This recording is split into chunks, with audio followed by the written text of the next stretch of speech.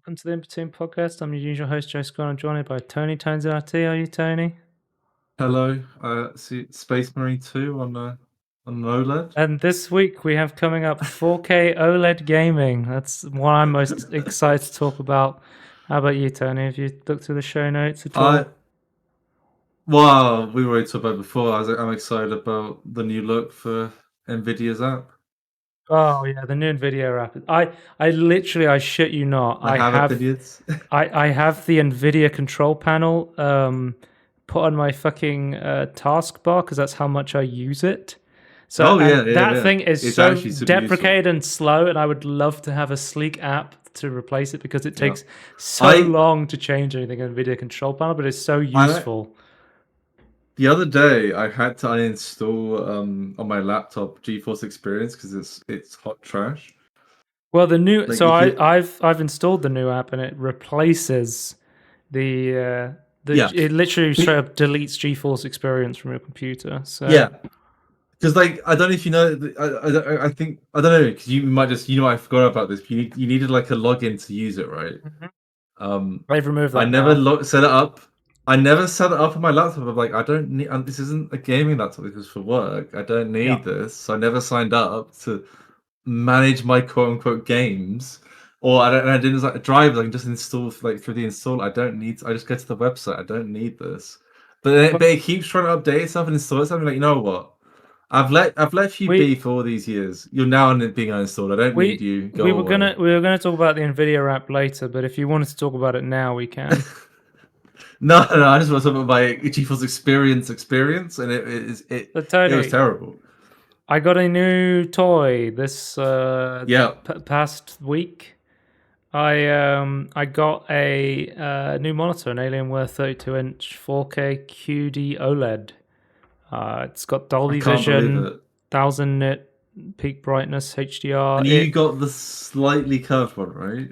It's slightly curved, but I keep forgetting it's curved, to be honest with you. Yeah. I sit down in front of it, and then I'm like, oh.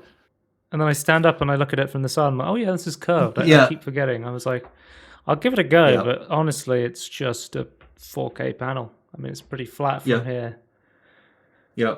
But yeah, I've been really enjoying it. I mean, so there's several things to talk about.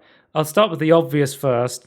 QD-OLED is fucking sick. I love OLED. Love the blacks. Yeah. Do you like the blacks or the highlights more? Like, what's the blacks? I think the inky blacks are the most noticeable for sure. Yeah. Hang on, let me. Obviously, I would say like you can't really choose because technically it's all part of the package. Where it's like, oh, the difference between the brights and the blacks. Here's my. I've got Wallpaper Engine reinstalled, Tony. I've got this background just for this monitor has some inky blacks. Yep. So Tony, I've started auto hiding my taskbar, which I hate, but is a concession I've had to make for OLED protection. I've always been very anti-hiding taskbar because I'm constantly looking at my taskbar. Same.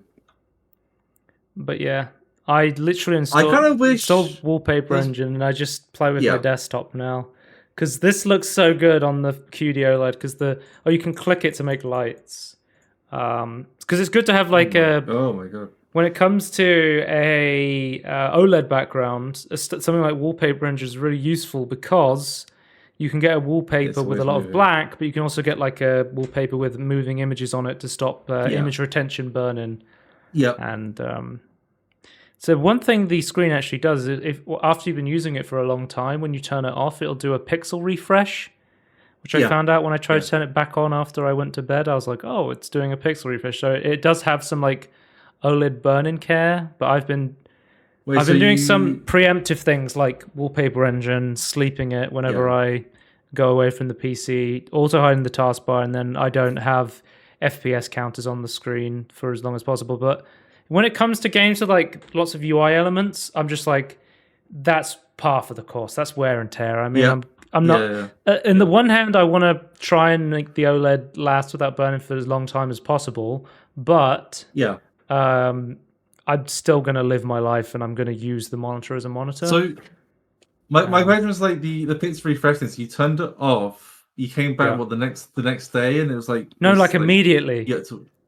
I was going to bed, and then I'm like, oh wait a minute, Ah. I need to turn my computer back on because I had to do something. I forgot I had to do something before bed, and it was like you can cancel this pixel refresh and just use it, but we're just letting you know we're doing one because we thought you were going to, like, we knew that you were off. You turned the computer off. It's detecting like tire use or temperature. Like it basically, like if I turn off my PC after using it for an hour, it wouldn't pixel refresh because it likes to do it. I think it's after like sustained use, so like 12 hours.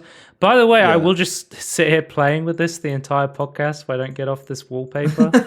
I love. I was gonna say, like, this is like the newer generation of it, where it's like technically you could get away. My friend's wife is like one of those. This is like those soap cutting TikToks on crack. Especially with the vibrancy. I do not understand the soap. I still don't understand the soap cutting. Oh, Tony, I should have got that video up I showed you of me. So another thing to mention is, so here's my new setup. I've got the slightly curved 4K on the side. I've got you asked panel. And you asked me what to do first. and then you were like, oh, you should have like a vertical game up on the side. So I literally your old monitor, because I turned my old Dell monitor. It's like a 1440p 165 hertz IPS panel. I was like, I'm going to try using a vertical monitor, and one of the first things I did is I put like Subway Surfer videos on it. And Tony, vertical videos actually work with vertical monitors. I was so surprised that they just flawlessly work. It just works. Like if you're somebody, I'm not surprised. If you're somebody who watches TikTok all day, I mean, this is the best TikTok watching TV fucking screen you can get. So, but TikToks are normally they just not make them vertical. As long as the video file is an actual vertical image, because sometimes you'll have like fake ones. You'll have ones with the black at the sides that are cropped, and you go, oh, okay. Yeah. That's an actual image, and it'll stretch out the full way to fill up the vertical monitor. But then sometimes they have the thing where they just mirror what was on the image on the sides to try and fill up the space for horizontal ones. And those ones won't display properly on a vertical monitor. Just don't record vertically. So not only have I'm now living the vertical monitor life, which I've really been enjoying because it's a lot better for just like splitting up a couple of apps on top of each other, or horizontal content, or reading on there's quite good. I know Twitch chat is amazing on a vertical monitor. Imagine having a whole monitor for chat. I literally have like a Chatterino thing where I have it up and I just read Twitch chat on it. It's great. But yeah, that is something that came as part of this upgrade. Is I was like, oh, that's pretty cool. One thing I would like though, one thing it makes me want now is I wish I had a monitor arm for it. I'm going to look into monitor arms because the way it's set up, I'll show you the image. This is as high as I can bring the bottom of the monitor.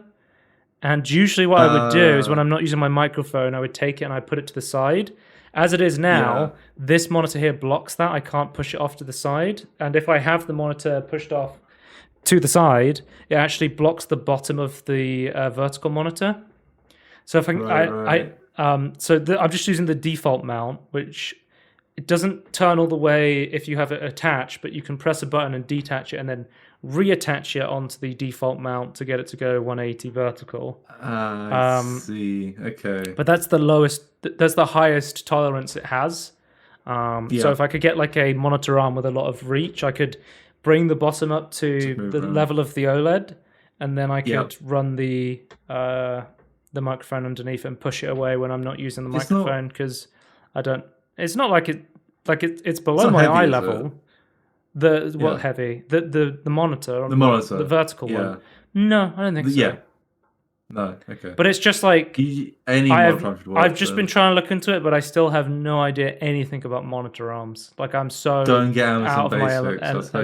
I'll tell you that much. Do you have a monitor arm? No, I was going to use one that I decided that the way I set it up is because mine's like I guess for people not seeing it before, like, I have a Samsung like super ultra wide, but I'm instead of like I don't play games like that. I just split it up as like two monitors in one sort of thing. But it's like super heavy, so like I had to like look for like a gasket super heavy monitor arm, which I did buy, but then I ended up not using it. So I kind of preferred What are you doing the with setup that? with just the feet. Um, it's in a box somewhere. I wouldn't recommend it. Oh, okay. So I was gonna say okay, maybe I could if have a look at you that. can have, yeah, you I can bring it over if you want, but the problem is because it's for super heavy stuff, it's a lot stiffer. Okay. And it's like kind of designed for heavier stuff. The I way like don't the think I balancing would. with the I don't gasket think I works would and the move it very hydraulics. much, but because that's the thing. No, but I would. You have I a light monitor, like just get a normal monitor on. Then I they're do, much cheaper as well. yeah. Well, how much did that one cost then? Oh, Because I a spent lot of like them I've been 120 looking pounds because on it. the prices go like all over the place, and I'm like, you get Don't. stuff like Herman Miller monitor arms, and they're like super expensive. Uh, Um, I don't know. Look, I've looked around like the 50 mark, no more than 60 for like a light arm personally. Like I spent but yeah. 120 on like a heavy one. So QD-OLED looks so fucking good. Like anything I only see it dark in real is life, so great. I've not Yeah, seen it. I've not seen QD-OLED. so I've good. seen like OLED, Yeah. obviously, in So real life. downstairs, I have my dad has a 4K LG Yeah, OLED, one of the old C ones, like a yeah, but they're C8 really or good. something like 2018, 2019 or something like that. Yeah, That I always thought that looked really good, but this is a yep, QD-OLED, so it has like a quantum dot layer on the top, which is the yeah, Samsung technology, which makes it so that colors really pop through it, and yeah, yeah. it looks so good. It looks amazing. But I and think also, Com oh god, great. I say common dot comes to other technologies as well. I think I've seen quantum dot mini LCD stuff. Like I think it's like a really good technology to like help improve. yeah. I can't So remember what improves, so I can't remember. So very happy with the pitch quality. The monitor's been really good. yeah, I've updated the firmware since I've got it, which because I'm connected through DisplayPort because you can do either HDMI 2.1 or yeah, you can do DisplayPort with DCS compression, which is yeah. which I was like, oh, compression. Maybe I should do HDMI, but from what I've seen, it's essentially you cannot tell the difference between the DCS Is compression because it's visually lossless. You cannot tell the difference. Oh yeah, that's true. I forgot about that. I still feel like Um, yeah, I don't know. I still feel like it's so okay. My question is okay. So you don't have an HDMI 2.1 cable? Is that the I do. problem? Because No, you it do. comes with a HDMI Okay. 2.1 cable, and I have one on my GPU. So the 4080 does DisplayPort Okay. 1.4, and it does 2.1. 2.1 as well. But Yeah. I left the HDMI port in case I wanted to plug a capture card in there for like a Oh. Switch or something Okay. like, or like potentially a Yeah. HDMI slot would be useful for a Chromecast or a Fire Stick or something I'm going to get into Right. later when I talk about watching TV on it. Yeah. So the next big upgrade, QD-OLED, fucking amazing. I love it. The next big upgrade, I went from 1440p to 4K. Holy shit, is 4K good looking? Yeah. No And anti-aliasing required. I haven't. Yeah, so 4K looks so That's what's good. crazy. Yeah. Um, I only got to test a few. So basically, I got this screen Wednesday last week, and then on Thursday I went away for go to like a long stag do sort of thing. So I have had like not a lot of time with it. Unfortunately, like the entire time I was like, I got to get back and I got to get on my new shiny screen. You know when the Switch OLED came out, and I was like, Yeah. oh, it's just a shiny screen. I'm Yeah. carrying on the meme of the Steam Deck OLED came out, and I was like, it's also a very shiny screen, and now I have the shiniest screen. The The biggest, shiniest screen. yeah, um, Yeah.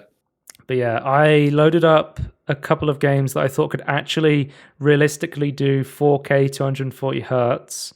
I was able to get around 200 FPS on Overwatch with DLSS in performance mode, which it actually looks really good because the way that Okay. DLSS works is, or AI in general works, is garbage in, garbage out. But DLSS Yep. performance mode is 1080p upscaled to 4K, and that's higher than that's higher than 1440p quality mode. So in terms of internal resolution, because internal resolution for 1440p is like what, 900p to 1080p? I would say it's 900p. Yeah, I believe so. So I've pretty much just been like, well, I can just anything SDLSS, I'll just run in performance mode, and then I can get more towards that 240 hertz. Not that I've been thinking about, I'd be lucky to get 120 in stuff, especially anything with ray tracing or something like that. My thing is I would just target 120 and go, yeah, that's good. And 240s. So 4K looks amazing. I'm not competitive. So yeah. But another really cool thing is 240 hertz, and it has a 0.03 response time because OLED has crazy low response time. Much more important than. And I have actually legitimately so I was like, I'm going to test out some games that can, have this much smoother response. So yeah, Overwatch felt a lot better to play. I was playing Spin Rhythm XD at 240 hertz. I swear to God, I've never been so good at Spin Rhythm XD. Maybe it's a placebo, but that's a game that could legitimately get up to 240 hertz at 4K. Yeah. And it feels a lot better to play that way. So rhythm games, competitive shooters. My question is, have you tried at lower FPS, just to compare just the pixel response time, just compare apples to apples? Yeah, no, I haven't been trying to artificially turn it down, but cap it on one screen that's the same that one monitor can handle, and then also have it on the other one, see how it feels. For some I always go off on side quests or tangents. For some reason, I was playing the Super Mario PC port briefly, yesterday, and I was playing it at 60 hertz, and I was like, "This feels awful playing at 60 hertz, 60 FPS." It basically interpolates to 60 FPS, and then I found today I was off on a side quest installing Super Mario 64 X Co-op, which is another port that lets you interpolate to an uncapped frame rate. And I was playing through Super Mario 64 at 240 FPS, and I was like, "This feels amazing," compared to the 60 hertz interpolated frames. Yeah.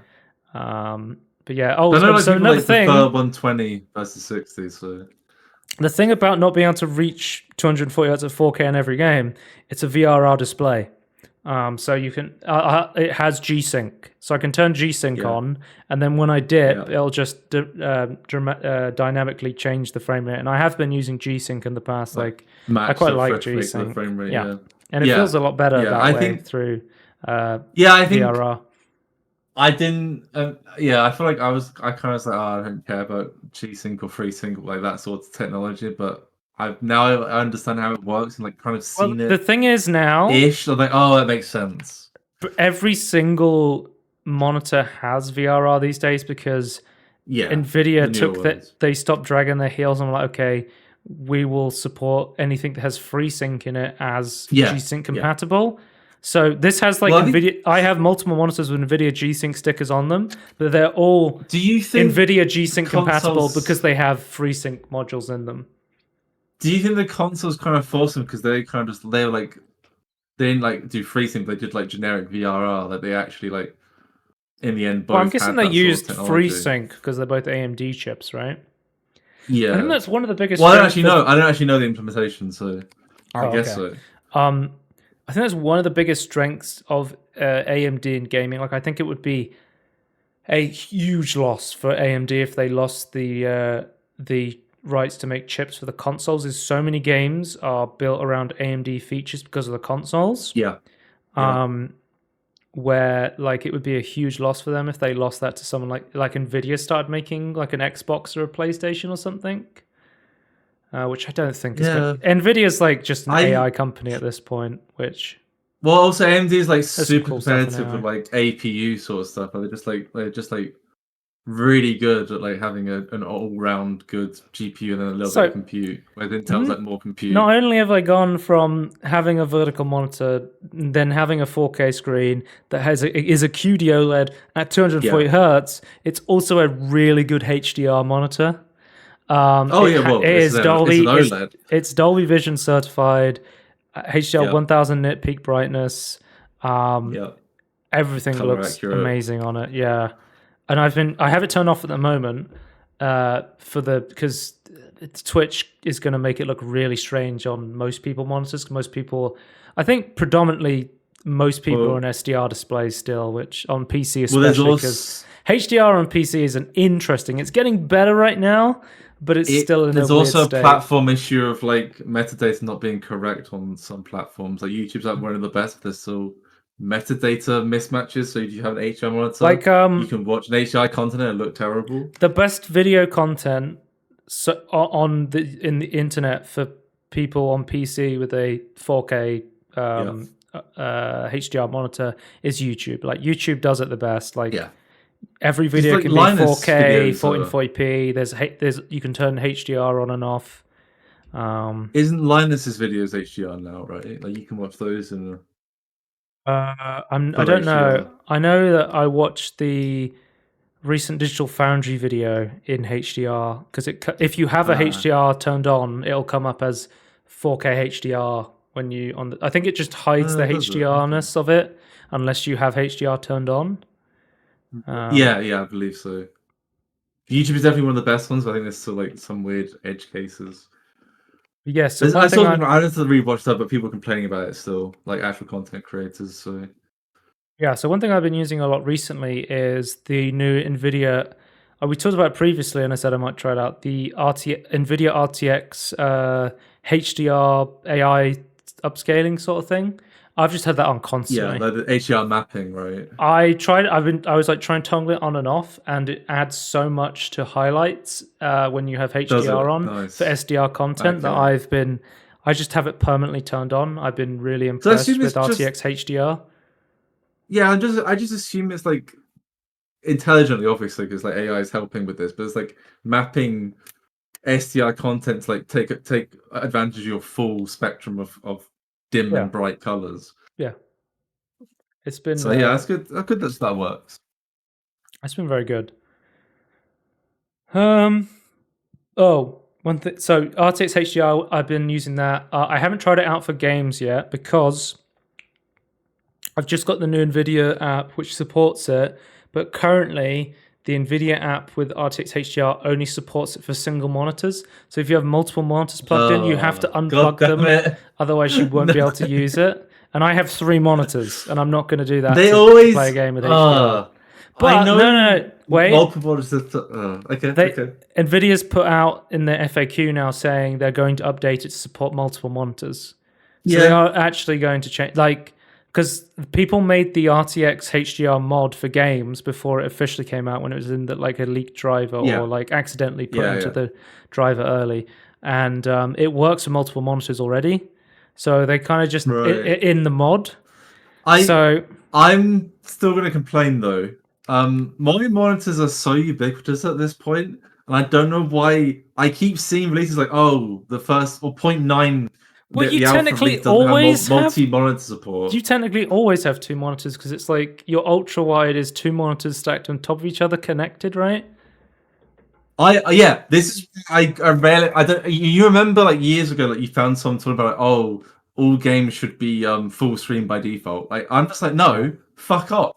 No, it shouldn't be. You're not losing that much performance by having it windowed borderless. I always get that wrong. And when I am forced full screen, my entire monitor setup is completely fucked. Like, no, you don't need your games to be full screen. In defense of wanting to run games in full screen, VRR needs full screen basically to work. Unless you have it in the options to use on Windows apps. But if you do that, sometimes other random apps like video to editing software, or just like stuff that is not a game, will start to behave really weirdly with like VRR on. I'm still going to blame people not developing stuff for multiple monitors properly, because to me that shouldn't be an optional beta. Like that seems like a beta option that's not been proven properly yet. And it's been, I don't know, like 4 years. Because I try and run things in full screen for VRR because I've heard that the windowed VRR option is quite bad in terms of like just picking up false positives for making everything. Yeah, there's no reason for that though. Like I just feel like it's not been validated correctly, and like they're just not working on it. And again, just can we not just? I don't know. How would you feel if you're playing a game and suddenly your game's locked to 30 FPS because it's gone, oh, Discord's only running at 30 FPS. It's All turned right. the Okay. hertz all the Counter way argument. down. How do you feel about you're trying to play a game and you've got YouTube on your other screen, and then but it decides that you're going to have your game be massive, Tony, and then your other screen is completely off the screen. I had Subway Surf on another screen. I get it if you want to watch something else while you're playing a game. I think it sucks. No. I wish it was better. But imagine it. No. But imagine it changes your resolution on all your screens because you decide to go full screen. It has the wrong resolution selected, and it decides to completely mess everything up. And then it comes back online, and then your horizontal sides are messed up because that's how Windows deals with it. Either way, I blame both Windows and Nvidia for a lot of these problems. Yeah, anyway, and AMD, to be honest. I've been using Windows Auto HDR, which apparently RTX HDR is better than, but I'll wait until multiple monitor support and then I'll start using it. Because I've been really impressed with the video RTX HDR conversion. I've been using that constantly, so excited to try that out. You'd think I've been using a bit of Windows Auto HDR because Windows 11 has a feature where it will automatically tone map. It's not bad stuff, but the big disadvantage compared to RTX HDR is it's not AI. I don't think it's AI trained, so it's not as good generally. But it's I also think its mapping is like more general. It also requires a DirectX 11 to DirectX 12 app, whereas RTX HDR goes all the way back to DirectX 9 games. Yeah, and then Auto HDR is also a whitelist, so people have to opt in to Windows Auto HDR, whereas Nvidia RTX HDR, basically you can just turn it on through anything through the new control panel. A lot of things are enabled for it, level. but yeah. It's still, I think, Nvidia's way of like software suite is definitely a better way to do it. We're only half an hour in of me talking about a monitor, but one thing I want to complain about before we move on, watching TV on a computer screen shouldn't be this hard in terms of getting it to display at least a 4K image on a 4K monitor, but getting it to display 4K HDR is almost impossible on a computer screen. So apps that actually work with 4K, YouTube, perfect. YouTube works in a browser, it works in an app. YouTube's great. Netflix works in an Edge browser, works in the Netflix app. It's fine. Currently, there's a bug with an Nvidia driver with Netflix right now. So mine's currently a bit broken, but they'll fix that when I can't bother to roll back my drivers, so I'll just wait on that. Netflix is good. So I was like, okay, I'll try some of the other apps that work flawless. So when I have a Chromecast 4K on my 4K cheapo TV, LCD TV in my bedroom, and I was like, oh, Disney Plus 4K works flawlessly on my cheap 4K in there. I'll just download the Disney Plus app from the Windows Store. I download it. I open it up. It's an Edge browser window. It's limited to 1080p. Fuck me. So, and it's like, okay, I'll download the Amazon app. I download the Amazon app. My web browser is limited to 1080p. The Amazon app, which is a separate app, is limited to 1080p, even on a 4K display. No HDR. As good as the Netflix experience is, though, can you answer me, well, riddle me this, Batman. Why, if YouTube can do 4K in browser, why can't anything else? Is YouTube just like miles ahead? YouTube's video is pretty far ahead of a lot of other streaming services. Google puts a lot of money into that. They should like license it out. I think in terms of like Netflix, they use like something. Is it Microsoft Silverlight or something like that? Yeah, well, it used to be. I don't know if it still is. The name of the proprietary technology. Yeah, Microsoft proprietary. They have to. They can use that through an Edge browser because it's Microsoft, or they can do it through their own app, but they can't do it in like Netflix on Chrome is limited to 720p. I don't think a lot of people even know this. But But if you want to watch Netflix on your PC in at least 1080p, I would recommend watching either through the Edge browser or downloading the Netflix app from the Microsoft Store. It's pretty good. I've been using it for like over a year now, the Netflix app. I started using it because I wanted to download some videos for when I went offline when I moved house and I didn't have internet for 2 weeks. And then after that point, I just kept using it, and I was like, oh, it's pretty good. It's like it's basically the same as the TV experience, and then it's also lets me watch it at higher quality. I'll just keep using the Netflix app. And I went, okay, the Netflix app that you can download from the Microsoft Store, that's how they, give people 4K video on PC. Surely the other ones will do that. Nope. No. I haven't downloaded it, but I from what I read, I think Apple TV is also in the same case of no. I can watch 4K on my on the Apple TV app on my fucking monitor through my Chromecast, but I'm fairly sure there's no 4K on the PC. Yeah.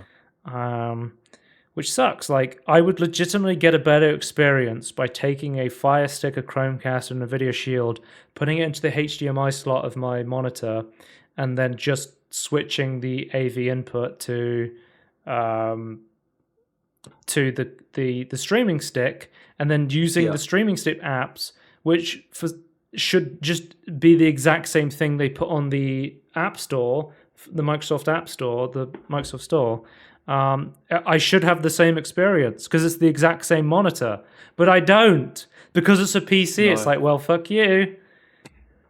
Just launch Android apps on your Windows. That's not through the Amazon store. I was telling you about my insane idea, Tony. I think there's like a 90% chance it wouldn't work, but it would be so funny if it did. If you got if you got like a capture card, like an Elgato or something, right? And you took. You plugged in a capture card into a streaming stick, and then you took that 4K streaming stick app footage, and then you streamed it back to the monitor so you can watch it on your PC.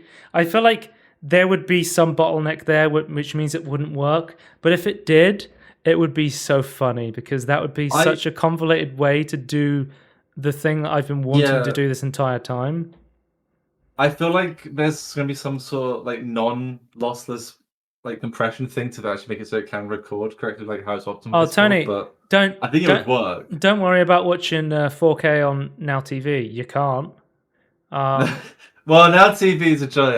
Now TV is a fucking Now joke. TV's my enemies. Well, I've been watching Now TV with a friend recently because we started watch partying the Last of Us TV show, which is really good, by the way. I've been enjoying watching it, but because Now TV is Sky, they have the rights to stuff like HBO in the UK. There's no HBO Max here. So I've been watching that with my friend, and Now TV is capped to 720p on everything. On like TVs, the streaming, the fucking app, the web browser, and they were like, no, don't worry, guys, we've got an upgrade for you.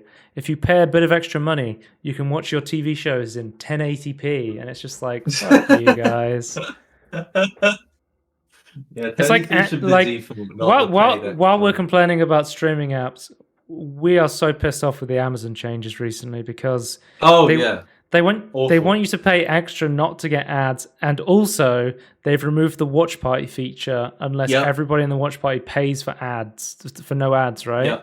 So essentially made it so a feature that we were all using that was really good value, the watch party feature, we can't use anymore on Amazon, which is like such a kick in the teeth. I don't think it makes any sense to only have that feature. Like, fine, no ads. Like, surely you could synchronize the ad timing. Like, maybe not like. I would rather us all watch an ad and then start the watch party. Like, but we can't anymore because fuck. But I bet you what happened was that they to have the ad system work, it doesn't currently work with the watch party stuff. So it's like, well, this other tier doesn't have ads, so it will work. I bet that's what happens. It's so dumb. But it's okay. So we just all ad block it, and then we just use a third party tool to do it instead. So either way, fuck you, Amazon. Well, that's the weird thing. As I haven't seen an ad on Amazon yet. they've released this thing where you have to pay extra for not get ads, and I haven't paid it. And I watched some stuff on Amazon on my TV, and I didn't get any ads, so I was very confused. Because I've watched ad-supported stuff on there, because there's specific channels you can watch that are ad-supported. Like other people. So there was a Freevee original called Jury Duty, which is fucking hilarious, by the way. I don't know if you've heard of it, but I've not heard it was recommended to me by Red Letter Media on their like catch-up videos. It's essentially they took one guy and they made him onto this fake jury duty where he thinks it's real jury duty, but literally everybody else is an actor, and it is like and they follow him around creating a mockumentary, and it's very funny. Anyway, that it played a bunch of ads. Those ads were delivered to me through AdBlock. I watched the ads and then I watched the show for free. I'm like, I'm fine with optional content that's ad supported. I watched it. Yeah.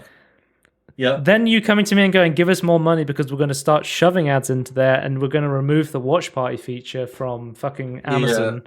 That is such a fucking kick in the teeth. I don't know. Because they've been slowly increasing the prices Amazon Prime as well. It's like you're not justifying your price here. Like you're making it worse and worse. Like I don't know if you've looked like Amazon like look like shopping on Amazon. I know Amazon's other stuff like Twitch and stuff, but like I don't know if you tried to shop on Amazon recently. It's absolutely awful. Like the SEO stuff. Well, like almost everything is like a fake Chinese company. Like almost everything is like that. It's so difficult to find anything like proper, like a brand name thing. It's awful. My sister does like Amazon Vine stuff, where Amazon Vine lets you review stuff. They basically just send it to you for free if you do a review of it, basically. Like companies pay Amazon to send it to people. So she got me for my birthday, she got me Sports Watch smartwatch. I was like, it's like like Fitbit. It's like a Chinese smartwatch. And I was trying to look it up so I could be like, okay, let me see if I can find the actual listing of this. And it's like, no, it's impossible because there's 500 of these. They're all fake companies. So basically this one, and I've already used that thing before, but if you can only buy like okay, to be clear, I don't have a problem with stuff coming from China, but I think if you're going to do it, like have an honest company, so whatever reputation you gain, whatever that is, like it accumulates over time. Don't do this scammy, we're going to make thousands of companies with slightly different names and then sell the same product as a front. Like that's dumb. But riddle me this one though. Part of the Prime subscription is like to get like Prime delivery, right? Like next day or 2-day delivery. What's the point of getting that on Chinese crap? Like I was like getting like high brand stuff the next day is interesting, right? Like you can get a refurbished iPhone. Well, we can go. We can now go it's like cheap Chinese phone next day. Who cares? Oh, I'm accidentally draining water. This phone has a feature of draining water. Where it's like, if it detects it's got water in it, it'll start like vibrating to try and get the water out. I don't know. I've been playing around with it, and my sister was like, "Oh, it's better than the Apple Watch," and I've been using it for like a day, and I'm like, "This is not better than an Apple Watch." After using it, I don't know. Maybe like an Apple Watch 1 or something, but like, holy shit. I don't know. Okay, interesting. I'm not somebody who wears a watch anyway. I bet it has better battery life than an Apple Watch, but I think she basically said before my birthday, she was like, "I've got you a Vine special, so be prepared for some Prime crap." And I'm like, yeah, I'm very disappointed with Amazon at the moment. That's what I'm gonna say. I don't know. Man, it's 500 games in one. I'm generally tempted to like not be subscribed to Prime anymore. Like I don't know what I'm getting out. I can't fucking blame you at this point. Like I think the best thing to do right now is like sell a jellyfish server, jellyfin. A jellyfin, yeah. I can't right now though because we're watching The Expanse, right? And until I buy The Expanse and set up some sort of VPN thing, so like my friends can access my jellyfin server anywhere. Is there not a default way to do that in Jellyfin? Because Plex lets you do that. Yeah, it still would be a VPN type thing though, but yeah, I believe it does have something Oh, like okay. that, like a Because rent. I It's like a know, renting. It I think technically, it's from like a what matching the way it from what I've connects. played around with Plex, it'll just let you can just send a link to Yeah, somebody, and it'll let them connect to yeah, your yeah. Plex I server. Yeah. believe that's. I've not set it up properly, so I'm still like kind of like a half scuffed mode Yeah. sort of setup because I don't really need it. I'm not like trying to get to any other device at the moment, so I don't need to do anything.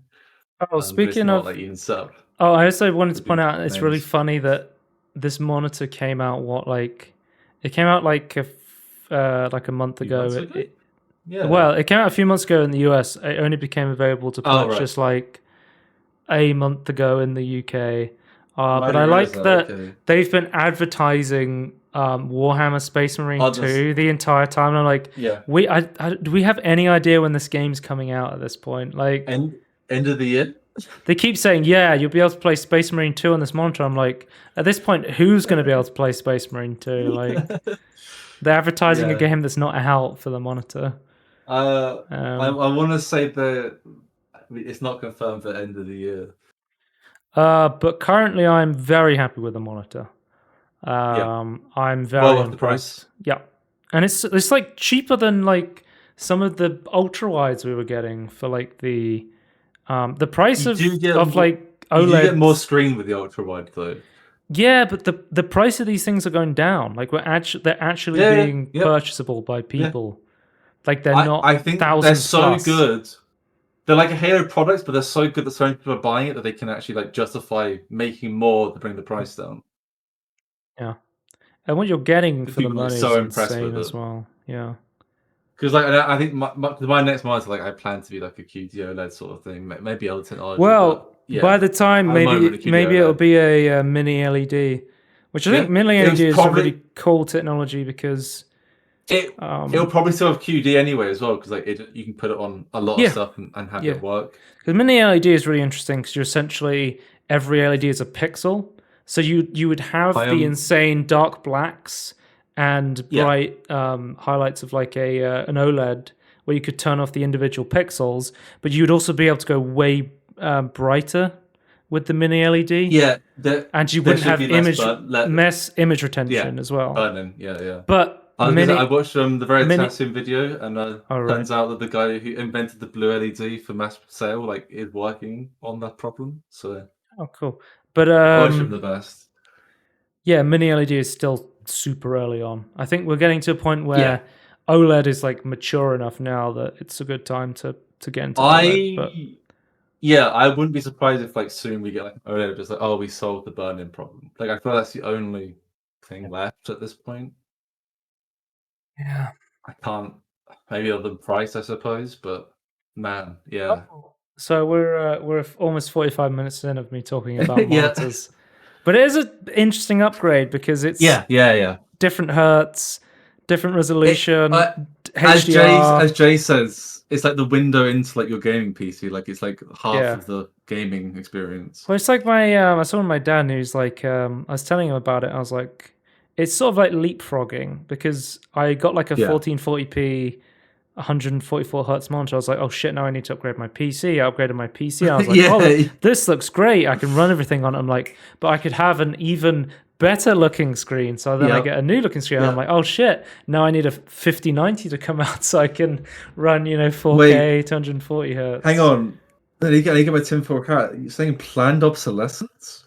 No. But he's like, No, he was like, that's what people are confused well, with. can you run stuff on it? I'm like, some stuff you can run some stuff on it. Depends what you want to. Not 100% everything all the time, but yeah. Yeah, I could probably get 240 hertz in Rocket League. But you're That's for sure. But you're future proofed, and even if you don't, and even if you like slow down like the refresh rate, like you still have like something still good left. It's not like one thing that's good about it. You got like the full cards, you just can't use it yet. You haven't got enough hands. I don't know how this analogy makes no sense, but you haven't got enough hands to hold all your cards. It's a Balatro But analogy. yeah, you've got a good Speaking hand. You of can't use it. Balatro, Tony, games I've been playing this week. I've been playing a fuck ton of Balatro, and it turns out everybody else has. That game has sold gangbusters. We did our video on the Steam Next Fest, and I said Man, this Balatro game is really good. And it turns out everybody else agrees because everyone's been playing it. I've been playing it non-stop as much as I can because I've been away from a stag. But I bought the Steam Deck and I played a bit on the Steam Deck whenever I had downtime before bed and stuff.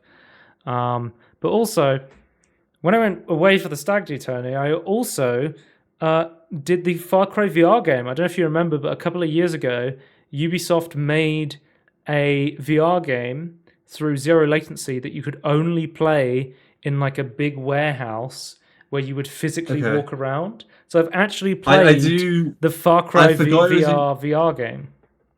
I remembered the warehouse experience, like a VR warehouse experience. I forgot it was Far Cry. I didn't realize that. Well, we had a choice because we. Oh right. No. You said the choice. Mine's a meme question.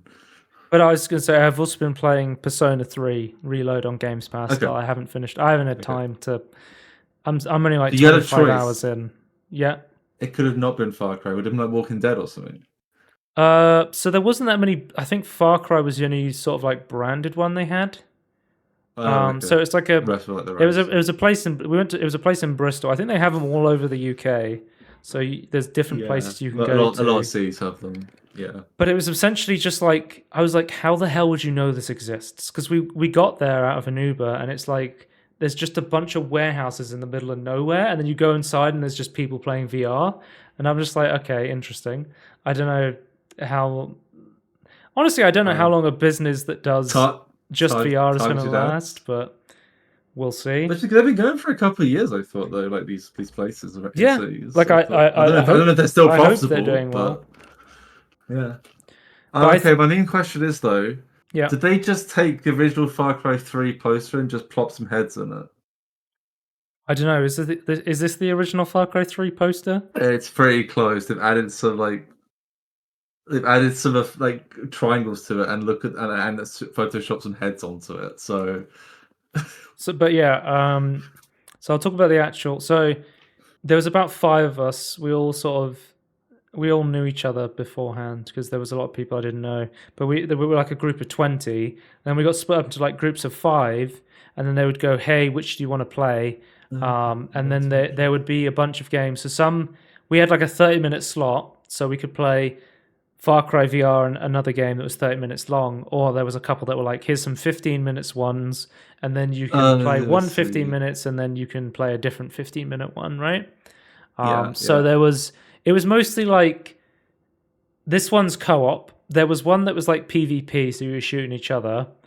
There was a load of ones that were like, here's a bunch of generic zombies that I didn't think looked very good. There was one where it was like, oh, you can walk on the ceiling, and we're going to make you go crazy in VR. And it was like, that was after we had like a night of drinking. I was like, I think most people are hungover. I don't think anyone wanted to do something like that. Yeah. So I was very much, because it was me and my friend Jesse, who's like a big Far Cry fan, and I was like, they asked you what we wanted to do. I was like, let's play Far Cry, because I really wanted to try it out. I think it was really good. So the actual gear you have there was they have like these, what I'm assuming are like the commercial Vive ones. So they do the Vive XR ones. Elite, more commercial ones. So they're the Vive headsets with the wireless adapters. Everything's wireless. Then you have Razer headphones for some reason. I don't know why, because there's Razer headphones here in the image. Sponsored.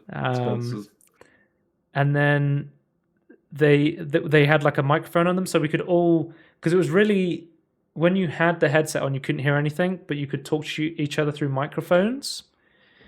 And then they had these guns attachments. We had these guns, and basically what they did was they put the controller into the top of the gun, and that did the tracking. And then they had like a tracking light on the top to see where you were and stuff like that. And then you would pull the trigger to shoot. There was a button on the side which switched from a assault rifle to a crossbow, and then on the bottom you could press it to manually reload. Otherwise, you would just start reloading automatically if you stop shooting, sort of thing, or run out of bullets. Oh, okay. Right. I think accessibility option. So here's the other games. They've got them listed. So there was like Outbreak, Undead Arena. This was the engineer one where you went walking on the ceiling and stuff. Soul Raids and Right. Singularity. But out of all of these, I was like, Far Cry looks like the only one that's a real game and not just like a bunch of assets. Yeah. So Yeah. I'm sure they were fun. Like, so a lot of the guys going were not big gamers. So they were just like, oh, zombies, let's go kill some. Because And I think definitely not VR gamers. apart from like the people I was playing with, most of the people were just, they were like not, they'd never played VR. So I was like probably one of the most experienced people going in. Like I'd played a lot of VR before, obviously. I talk about it on the podcast all the time. But I was just more so interested in like the technology and stuff. I've never, apart from like the temple game where it maps out your walking space and it always makes you walk around so you never go outside your play space. This is the first time I've played a VR game where I have not had to think about how I'm moving around, and it was strange to trust my feet because usually I'm at this point. In the beginning, I was very used to teleportation, and then I got very used to smooth locomotion when I got the joystick controllers. But now it's just like, oh, I want to go over there. I just need to walk over there. And I was like, I have so much faith in my feet and gravity right now. Like, I'm not about to walk into a wall or another person. I guess it's one step away from like a holodeck, right? Just wearing stuff on your eyes as well. Yeah. I would say like, because obviously you have other people in the space with you. It's very aggressive with like you are getting close to a wall. Like if you get too close to a wall, it's like it's like this red force field, and then it's like if you even come slightly close to another person, immediately it's like there's a person there, don't get any closer. It like outlines them and goes red. And to a point where it's like you all need to stand in this elevator to get to the next part of the level. It's like I can't go to this elevator until you do, because it's like it's so protective that we don't walk into each other. It's like you're blocking the path right now, sort of thing. Like the place we went to as well, like it wasn't very interesting when other people were playing VR, because specifically for that place they had a like 27-inch monitor with 5 views on it, so it was impossible to actually see what anybody else was doing. That's tiny. I wish they had like a giant monitor on the wall where you could see what people were seeing, or a projector or something. Because we were a big group of like 20 people. Whenever we weren't playing, we were just like sitting around doing nothing. We were like on our phones and stuff, like just waiting. So like so each experience was half an hour. So half an hour to 15. So there was, if you did a 15-minute, you could do 2. But the Far Cry was half an hour, right? Far Cry was half an hour. That was one of the longest ones. Yeah, so people were just half an hour. waiting for you half an hour. Okay. But yeah, so yeah, I would say if you were gonna go, you would want to go in like a group of 5. Like it might be good for like a stag or a hen do, like a big group, but there would be a lot of waiting around. The actual game itself, I would say, is pretty fun. So you start off like being captured by Zaz from Far Cry 3, and he tells you about, he literally, the first thing he says is he tells you about the definition of insanity, and I'm like, classic. And then eventually you basically escape, and then you go into some like cave system with mushrooms in it, and then you sort of like start hallucinating, and you'll start seeing like sharks coming from the ceiling, and because they said to us, oh, the Far Cry one is like a more advanced one, and I was like, yeah, I'm ready for the Far Cry one. You're ready. There was one guy with us who'd never played VR, but I think he was okay with it. He was all right, so that was good. Because the way it worked is you were put into like, because there was 5 of us, there was a group of 3 and a group of 2, and they separated you. So we were fighting pirates on one side of the room, and they were fighting pirates on the other side of the room. And then at certain points, they brought you together, or they'll have you going down like parallel elevators, and you can like wave to each other and stuff like that. Which I was like, oh, that's pretty cool. Yeah. And for some reason, I got the crossbow, and I was like, oh, the crossbow is pretty fun to use. I wonder what it would be like to play the entire demo with only the crossbow. So everyone else was using the assault rifle, and I was using the crossbow, and it turns out very bad for your score. I was the bottom of the score at the end, because they have like a competitive score thing when you play it afterwards. Right. Also, they ask a lot of personal information from you. Why? So before you go in there, like, what is your name? What is your email address? What is your phone number? What is your... Oh, and I was like, God. why the hell do they need this much information for me to play VR?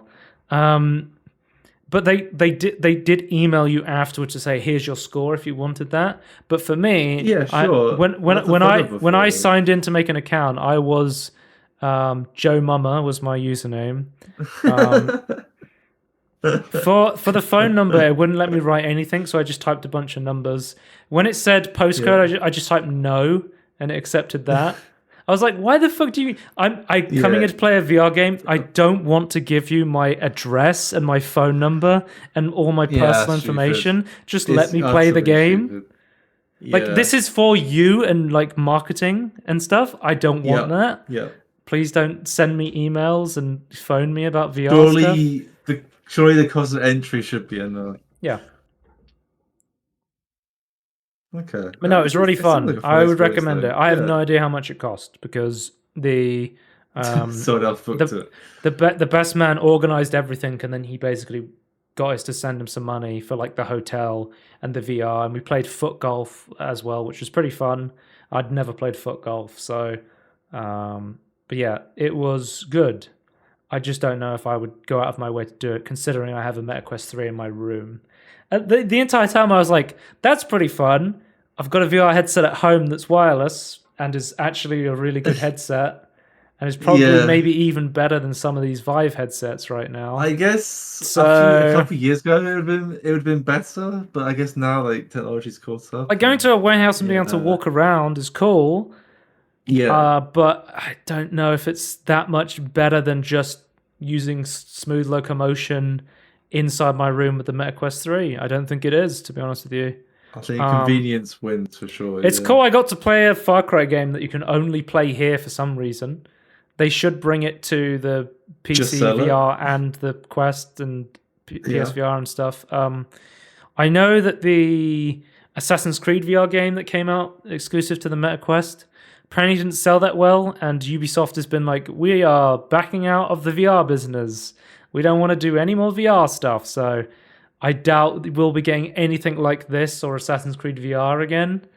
Yeah. But Ubisoft always likes to hop onto trends that never go anywhere, so... Oh, Ubisoft. It was pretty good. I'll be honest, it was fun. And I was playing it with my friends, and it's really hard to play co-op VR with people unless they're like hardcore VR enthusiasts. So it was good to be able to force people to play VR. That's another great thing about the Steam Deck is I was like, my friend Andy is going to love Balatro. I loaded up Balatro on my Steam Deck, handed it to him, and he was like, yeah, this is amazing. I'm going to play this. He was literally like, I'm going to go home and buy this game. To play a demo. He was literally like, I'm going to go home and buy this now. This is really good. I'm like, yeah, I've been trying to tell you to play this. It's really good. Yeah. Steam Deck for the win. Okay, but... Yeah, you can force people to play games. Like, I forced so many people to play Garfield Kart, Nickelodeon All-Star... It's like, having a portable console is great, because like the day before we went down from the stag, I was staying with my friend Jesse, and we had 4 of us there, and Jesse got his Switch out, and I was like, oh, I've never played Crash Team Racing. And he was like, oh, I've got it on the Switch, because it's exclusive to the Switch and the PS4. So I was like, why don't we just play some Crash Team Racing to see what that's like? Turns out Crash Team Racing sucks, especially on the Switch. It looks awful. It looks absolutely awful on the Switch. Like, that is... But now you know. Yeah. We also we played a bit of Smash Bros, obviously, and then I played Splatoon for the first time. I played Splatoon 2 on the Switch, and I was like, oh... Not 3? No, that's the new one. Yeah. But after playing that, I was like, oh, I actually really like Splatoon. I think I'm going to try and play some more Splatoon when I get a chance. Maybe I'll emulate it. Oh, speaking of emulators, Tony, I don't know if you've read further ahead, but emulators on for Switch are in trouble. Yeah, we'll talk about that, but holy shit, Nintendo's been brazen when it comes to Switch emulators. But yeah, let's move on. On to trailers. Let's see... how much time we've got. Tony, did you see the trailer for the new Borderlands movie? No, I saw it came out, but I didn't. I just I don't watched the know. trailer Was it good? it looks awful. I'm gonna be straight up. It looks fucking awful. I just assumed to be bad. I didn't bother. I don't bother with these things anymore. I haven't put the trailer up on the screen because I'm scared of DMCA stuff when it comes to movie trailers. Yeah, And I yeah. think the actual trailer itself has DMCA music in it potentially as well, so you wouldn't be able to listen to the music either. But like the casting choices, okay, number one, Jack Black as Claptrap. Okay, fine. I think that's the least egregious. Tony, have you ever played Borderlands? Yeah, I've played Borderlands. I've always played Borderlands 1 and I started playing 2. Roland, what is his core personality traits? Oh, which one's Roland? I don't know names. Okay, the soldier. Soldier. Yeah. Well, he had a personality trait? He is a very stoic, serious dude. Who do you think would be really good to play Roland? Oh, I don't know. Kevin Hart. Henry Cavill. A massive comedian. Like, it makes absolutely no... Like, I looked at the trailer, I was like, they haven't fucking played the games, have they? Like, they have no idea what they're doing. So they basically just looked at the imagery and then made it up as they went. They went, oh, Roland is, we'll just get Kevin Hart for some reason. It's like, Jamie Lee Curtis, yeah, for, I think her name's Tanaris. Let's get her to play it. She'll be good for some reason. It's like, it feels like this is an AI generated image, but it's not. It's a real image. Like, this doesn't look real. Like, nobody would actually do this. So you're saying that they actually posed for this, but you're saying it looks like it's AI. It looks like a fake poster. Yeah. What if it was they just got permission from the people who owned the faces? From the director of Uncharted. I mean, well, that makes sense, you know. We don't need any more fucking terrible video game movies, right? Which Spider-Man? The Sony one, probably. The bad ones. It has and Venom, which is also bad. I watched the first Venom movie, and I legitimately thought that the love interest was blind because she had zero chemistry with what's his name? Yeah. Tom Hardy from Star Trek. Yeah. That's a deep cut reference. Yeah, from Nemesis. Right. Okay. Yeah. What? I always love doing random shit like that. It was like we watched, me and my friend, when we were, because I was around my friend's house pre the stag. I was like, you want to watch a movie? I was like, yeah, sure, because they had Now TV. We'll put it on the TV downstairs. I was like, I haven't seen the new Dungeons and Dragons movie. I watched the new The Dungeons and Dragons movie is actually pretty good. I actually quite liked the Dungeons and Dragons movie from 2023 last year. Yeah, people liked it. But it's like, oh, it's got Chris Pine in it. And I was like, oh, Chris Pine from Star Trek. So, yeah. Yeah. But yeah. So you're not going to see Borderlands then? I think it looks awful, but... Right. Wait, is this the one that Randy Pitch was like talking about constantly? I can't remember what it was, like some sort of... Oh, well, I'm sure Randy Pitchford had a great deal to do with this, you know. I guess he just wanted to meet all the actors, I guess, because that's plus... Yeah. He was like, oh, I really want to meet Kevin Hart. Let's get him to play Roland. Yeah. Let's move to the next trailer. What the Car is finally been unshackled from Apple Arcade Prison and is coming to Steam sometime this year. Oh, thank God. So I'm very excited to play that at some point. I think it looks really cool. Roundabout 2 mechanics. Yeah. Excited to play that. We don't know the exact date, but it just says sometime this year. Soon TM. I sometimes go back and play the What the Golf updates they do, where they add more maps, like the Among Us one they did was quite good. Then the big trailer that came out recently, Tony, is Elden Ring Shadow of the Erd Tree. The DLC for Elden Ring has been fully revealed, and it looks really good. I got Elden Ring like just before the end of last year, like at Christmas. I decided to buy it because I was so impressed playing Sekiro. I'll always pronounce that wrong. I say Sekiro, but actually, is that like scones and scones? I always forget which way I pronounce it, so I always say it a you different forget your way. own stance. I always pronounce it a different way every time. So you don't have a hard stance, though. You just No. like whatever. I'll just aluminum and aluminium. I started saying it the American way as a meme, and I forgot what the English way to say it was. What's the English way? I'm not going to tell you. I'm not going to tell you. Oh, okay. Aluminium. Is that how we say it? Yeah. Sure. Okay. I legitimately don't remember. The thing is, Tony. Yeah, but if I tell you, you'll start memeing with it. So I'm just not going to tell you. That's the thing. Sometimes I start saying stuff as a meme, and then it becomes part of my vocabulary. I know. On God, no kizzy, on a stack. For real, you know what's even worse, though? What's worse is that other people do it, like, copy you far more often. Exactly. It's just like, oh my God. Spread the memes.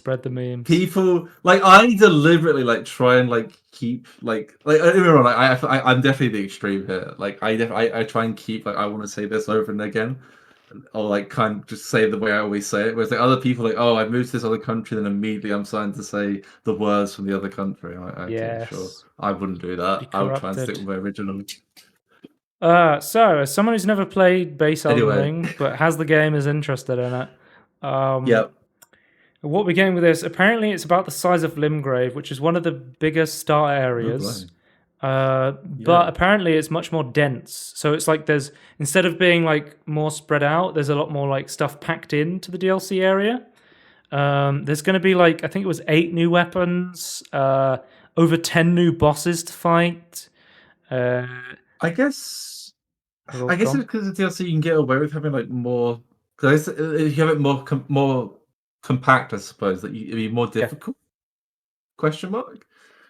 I think the way they're doing it is you get like a progression from playing it that's not just straight XP like the base game. So I think the way they were saying it was more like Sekiro, where when you kill bosses you get more attack power sort of thing.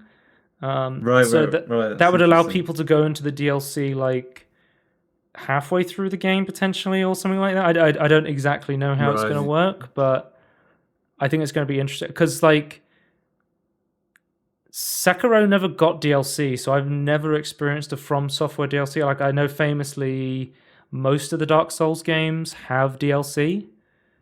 So I'll have to like I don't know specifically like Dark Souls 3 has a lot of DLC that people really like. It's coming out the 20th of June 2024. So if I start playing Elden Ring now, maybe I'll be able to play it at that point. I don't know. I'm playing Persona 3 and then also not playing Persona 3 because I'm addicted to Balatro because it is a very addictive gambling game. I think my question is that if people are going to have the excuse to like start again with Elden Ring, or are they just going to like pick up an old save and then play this DLC? Yeah, people were not sure how it was going to work with New Game Plus as well. We got an interview recently with Miyazaki, the lead dev over at From Software, and basically he revealed that the Shadow of the Erdtree will once again feature a poisonous swamp, everyone's favorite feature from the Dark Souls. As someone who's played Sekiro, there is a poisonous swamp in Sekiro. So I don't think there's any game that is immune from having a poison. Elden Ring was immune temporarily until the DLC was added to add another poisonous swamp to make you hate your life. Immunity. Although the poisonous swamp in Sekiro is not that bad. I think it's actually one of the least egregious ones. It's like this bottom of a valley full of like monkeys is like full of poison, and there's also these guys called the Snake Eyes Shinobi. They're like ranged guys you fight. Like it's not too bad.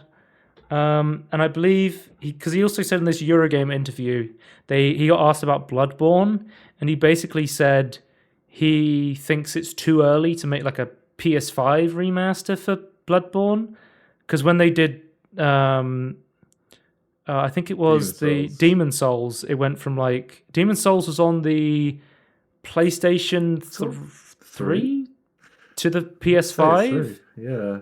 So he was basically like, well, Bloodborne's a PS4 game. Surely we would be waiting for like a PS6 at that point to release it. So he's saying like he would like to see technology move a bit further and then be like, what okay, about it's been long. It's been long enough. Let's bring it to the PS6. I don't.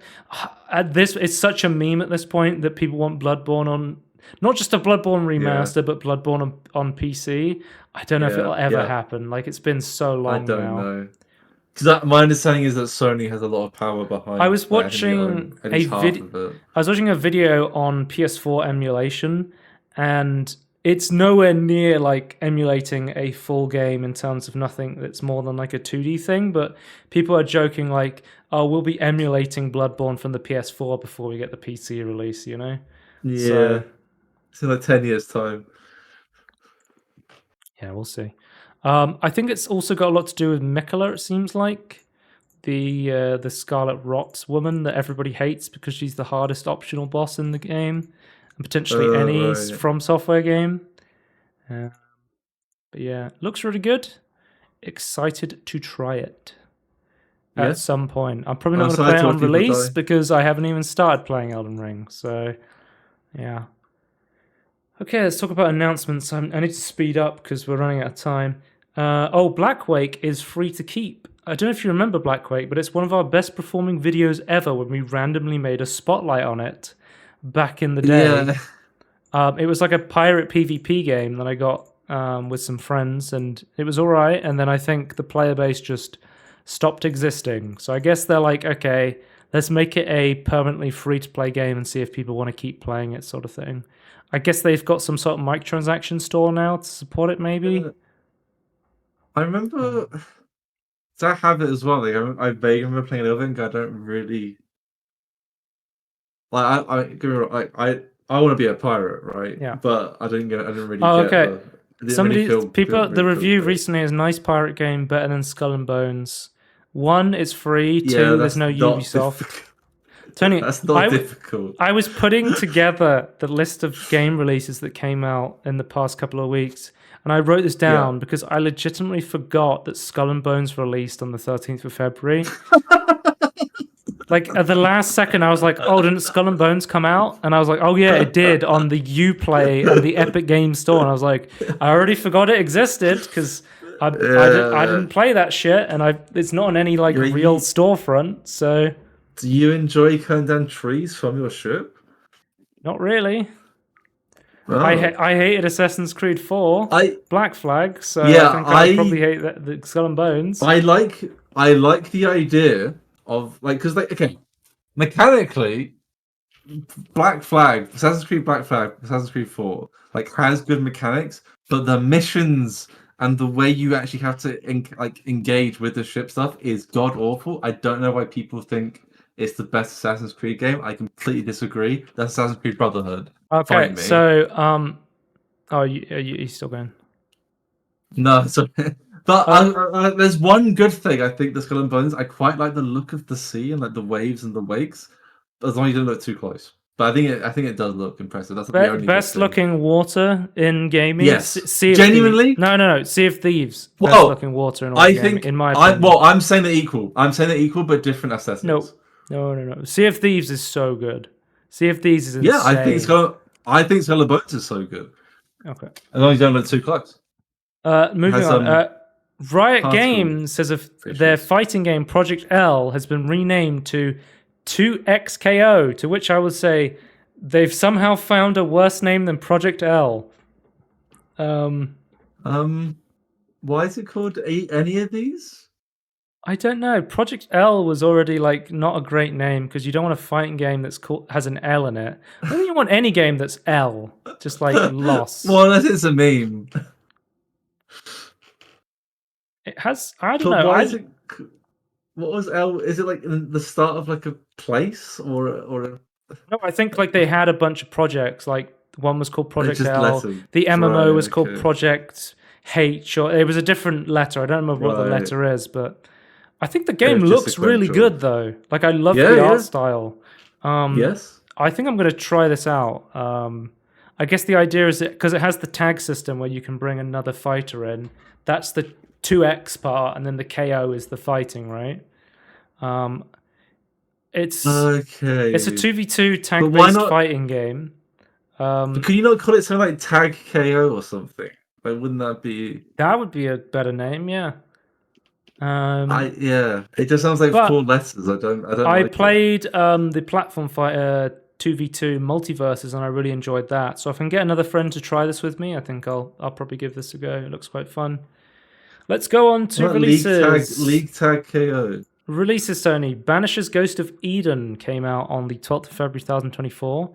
It is a story ghost game. Hunt Ghost as 2 memorable characters in a story-driven action ARPG where your decisions carry dramatic consequences, torn between honoring your oath to the living and saving a parted partner. I don't know why I'm just imagining like, oh, there's 2 memorable characters and the rest are completely forgettable. So that's kind of how I read that. I don't know After 30 hours of playing this game, I have to say that I'm enjoying it thoroughly. The story is good enough to become its own movie. The voice acting is on point. The decisions have made an impact on future storyline developments. The game is awesome. Let's read this one. Were the other characters forgettable, though? I want so bad to like this game, but for something touted as being all about difficult choices, it's maddening to have one choice shoved down your throat constantly throughout the game. In order to get the good endings, you must make the same exact choice every time for the entirety of the game, which takes every bit of enjoyment out of a role-playing game. The game even goes as far as to restrict your movement in places with invisible walls just in the middle of the road to block your progress. It feels very constrained. The combat is bland and flavorless, punch things or stab things, occasionally shoot things, easy cut and dried. The worst part is the script writing. The story has so much promise, and it is interesting. It's just gutted by having the same tired conversations over and over again. So it seems like a lot of people really like it, and then some people really don't. It seems like... I think it's like mostly positive, right? It is very positive on Steam. So most people out of the 1,100 people who played it have quite liked it. But yeah, I wasn't sure about this one. I wanted to read the Steam reviews. I can't say it has won me over particularly. But yeah, that came out. Looks okay. Dragon Quest Builders came out. I believe this has been like a Switch exclusive for the longest time. It's now like officially out on PC. But let's see what people say about it. It could be. Great port of an amazing game. Took you long enough, Square Enix. Maybe now it'd be a good time to get to work on Dragon Quest Builder 3. It's the mobile port and has weird HDR issues, but otherwise it's pretty good, though. The textures are not as good as the PS4 release. Oh, it was on PS4 as well. You can play at higher resolution and frame rates than other versions of the game, so it bounces out. I really liked this game when I played through it on PS4, so I'm glad to have it again for PC. Definitely check out its sequel if you enjoy this one. Yeah, so apparently it's got some weird HDR issues. You turn off HDR in Windows or use something like Reshade if you get dimmed visuals. Okay. I played this game for more than 300 hours in the Nintendo Switch because it was not on PC. So I think it was a console exclusive at least. Okay, just interesting. It's a very Square Enix release then. Somebody says anime Minecraft. Right, so yeah. Guys, finally, anime Minecraft is on PC. Can't you just mod that into Minecraft, can't you? 13th of Feb as well, we had Ultros come out, which was one of the big demos from the Next Fest. I did not play it, though, because, I don't know, the thing with Metroidvania games is it's so hard to review or, like, get a good grasp of them inside a demo format. You either have to play such a small amount of the game that you can't really get a good feel for it, or you have to play the game for a really long amount of time that makes you feel bad when you stop playing it. Yeah. I think in terms of like playing a demo, it's like just like it. Yeah, you can't get a feel of like how the level like expands and like how you explore, but I think you can get a feeling like does the movement and the combat work for you? But yeah, it's like a psychedelic Metroidvania. I think we saw it at E3. I thought it looked really interesting. And it seems like it's pretty well reviewed. It only has 146 people own it on Steam and have reviewed it. But it seems pretty positive. Was it Deck verified, you said?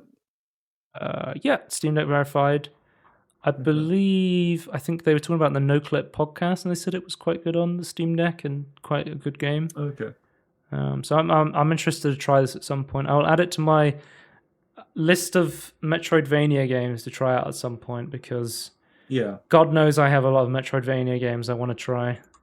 You can't really play them, like, play different. I don't know. That's for me. You can't play them back to Well, back. if I was going to play a Metroidvania game, I would play Castlevania is very high up on my list. Another Metroid game is very high up on my list. Like I would love to play Metroid Prime, the original. Or Hollow Knight is very high on my list. I want to play Hollow Knight because I've heard such good things about it. So get in line, Ultros. Next up, we have Deep Rock Galactic Survivor. So I actually played this demo in the Demo Fest like last year, I believe, and I was not massively impressed with it to a point where I kind of lost my interest in it. But it's been getting very positive reviews, and I'm wondering if the core gameplay has changed, or the thing with Vampire Survivors is the game becomes a lot more interesting the more you play it in terms of like leveling up your character. Yeah. So it could be like a slow burn kind of game where it starts off kind of slow and gets a lot better. Yeah. But it seems like people are quite positive on it, and it's also early access. Fun as hell, except for one huge irritating issue. Please remove the force race the drop pod after the boss is dead. I should be able to continue without some timer making me race to an arbitrary exit. Please keep escalating the enemy difficulty if you wish, but please remove the timer. It's truly the only unenjoyable moment I have playing this game. One thing I will say from playing it and watching, I've been watching some Twitch streams of this. It's very much like Deep Rock Galactic in terms of how it plays. Like, that is a very big Deep Rock Galactic mechanic where it's like, oh shit, I need to get to the drop pod in a certain amount of time. I feel like that is like a core Deep Rock mechanic. So I don't know if it would feel the same without that. Does it make sense? Yeah, but I think so. Yeah, this genre? I think it does. Like having a point to get to escape is like when I play Vampire Survivors. But why does it need to be an arbitrary timer? Why can't it just be like waves get harder and harder and harder, like really hard? Well, I mean, you're on Vampire Survivors. You have a timer. Like there's a certain amount of time before it ends.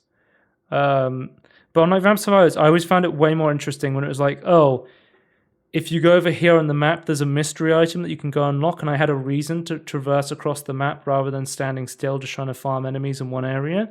And I think giving the player a reason to move across the map, especially in a game where you can literally dig your own paths through the rocks, is probably a good idea. But again, I haven't played the full release, the full early access release. I've just played the demo, so maybe I'll check this out again when it's out of early access and then see if it's become a game that I'm a lot more interested in. Is Deep Rock Galactic still in early access? I think it is, right? I believe. No, I think it came out, but then it still has updates, I believe. Galactic. It left early access in 2020. Okay, so it's been out of early access for a while then, I guess. Yeah. If it was in I don't remember if it started in early access even. Maybe it didn't. Maybe I'm just misremembering it. Anyway, let's move on. The Tomb Raider remasters came out, Tony. Tomb Raiders 1 to 3 remasters starring Lara Croft, and I think they've been getting very positive reviews based on how faithful they are. My underlying thing I watched a lot of people play this because I was interested in playing. I've never played a Tomb Raider game, so I was like, oh, okay. Maybe I'll start at the beginning and play Tomb Raider 1, and I was like, oh, there's a remaster for Tomb Raider 1 coming out. I'll play that when that comes out.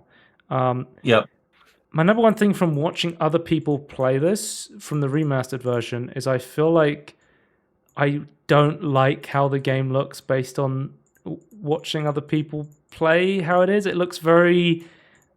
They've been so faithful to a point where I feel like I would not enjoy playing the game for someone without nostalgia for the game. It could be like a Crash Bandicoot situation where I'm like, oh, this feels really dated and awful, and I don't have the nostalgia to, pull me across that barrier. Yeah, I have no nostalgia for this either. So my opinion is like some things I think, oh, that's really good. There's other stuff I'm like, oh, I don't really. That looks kind of crap. Like from what I've seen, like the cogs and the animals don't look good to me. The materials and stuff, like the art design's great. I think. But like the actual game, I don't know if you know this. When you shoot enemies, you don't aim.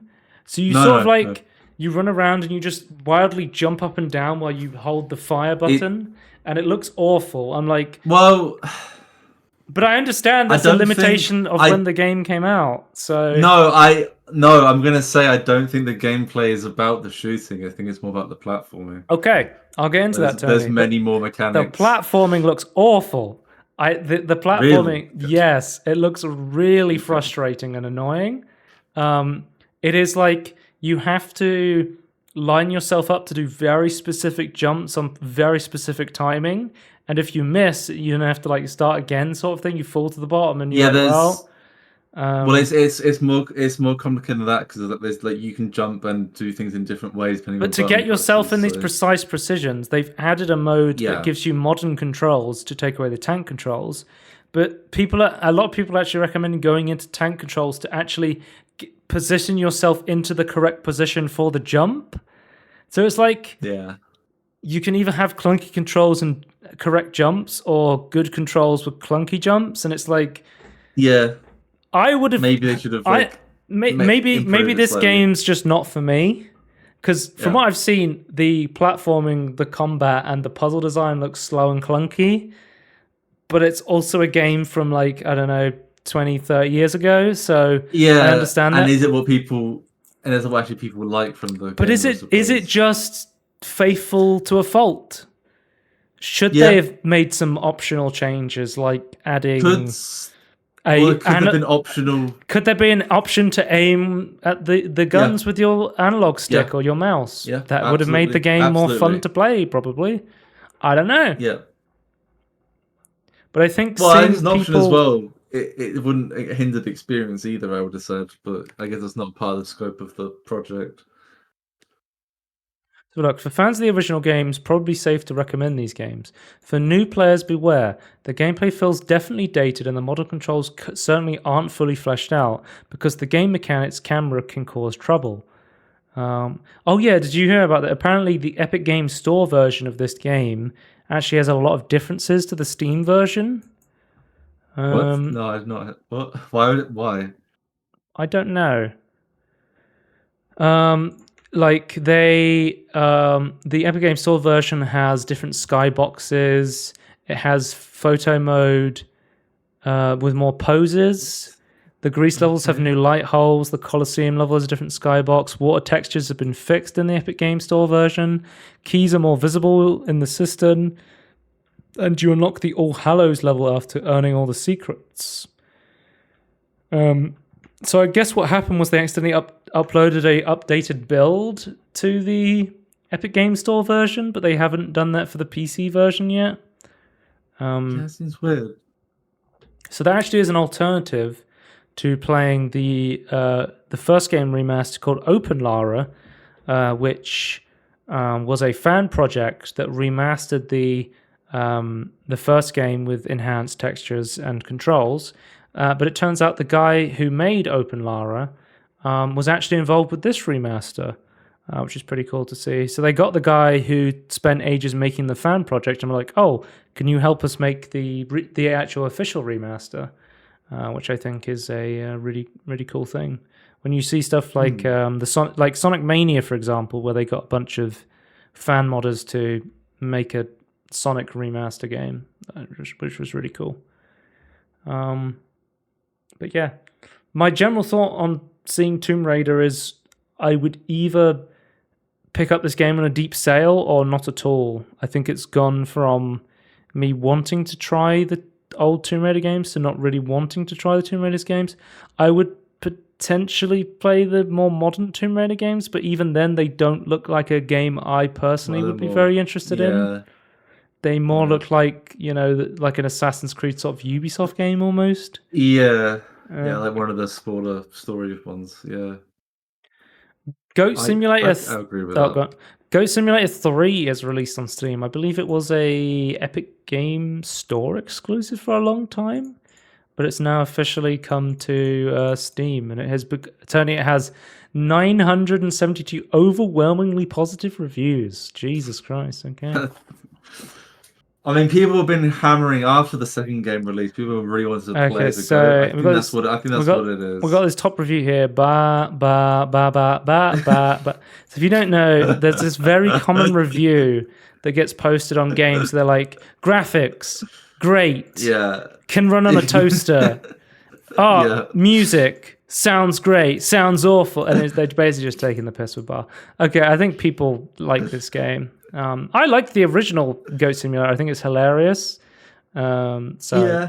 it's I good think to it's see kind of people are limited. vibing It's with this good, one. but it's a small game. Yeah, a small gaming experience. It was fine. This looked more comprehensive from the Came trailers. out 15th of Feb. 16th of Feb, we got Mario vs. Donkey Kong, which is the remaster of the 3DS Mario games. I think they were on the Wii as well, maybe the Wii the Wii shop, maybe.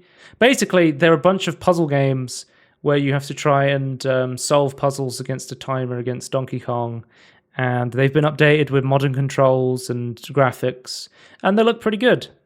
I think I might check this one out at some point. It actually looks quite fun. I'll give it a go, potentially. So then we have the Fancy Pants Adventures Classic Pack came out on February 18th.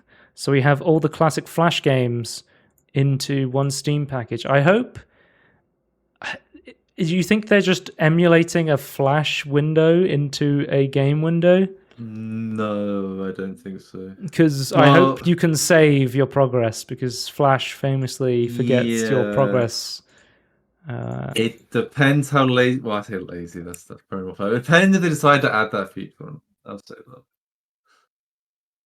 I think they're emulating it, but I don't think you can. I think there's like a translation layer to maybe even Java or something. But I wouldn't be surprised if like translating it to like just like an assembly thing. So they've released it in early access.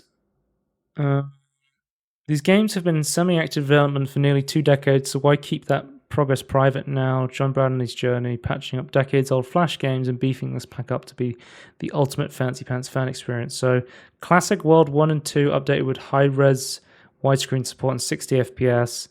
The work-in-progress Classic World 3 is fully playable, but only at 30 FPS, with some polish still needed.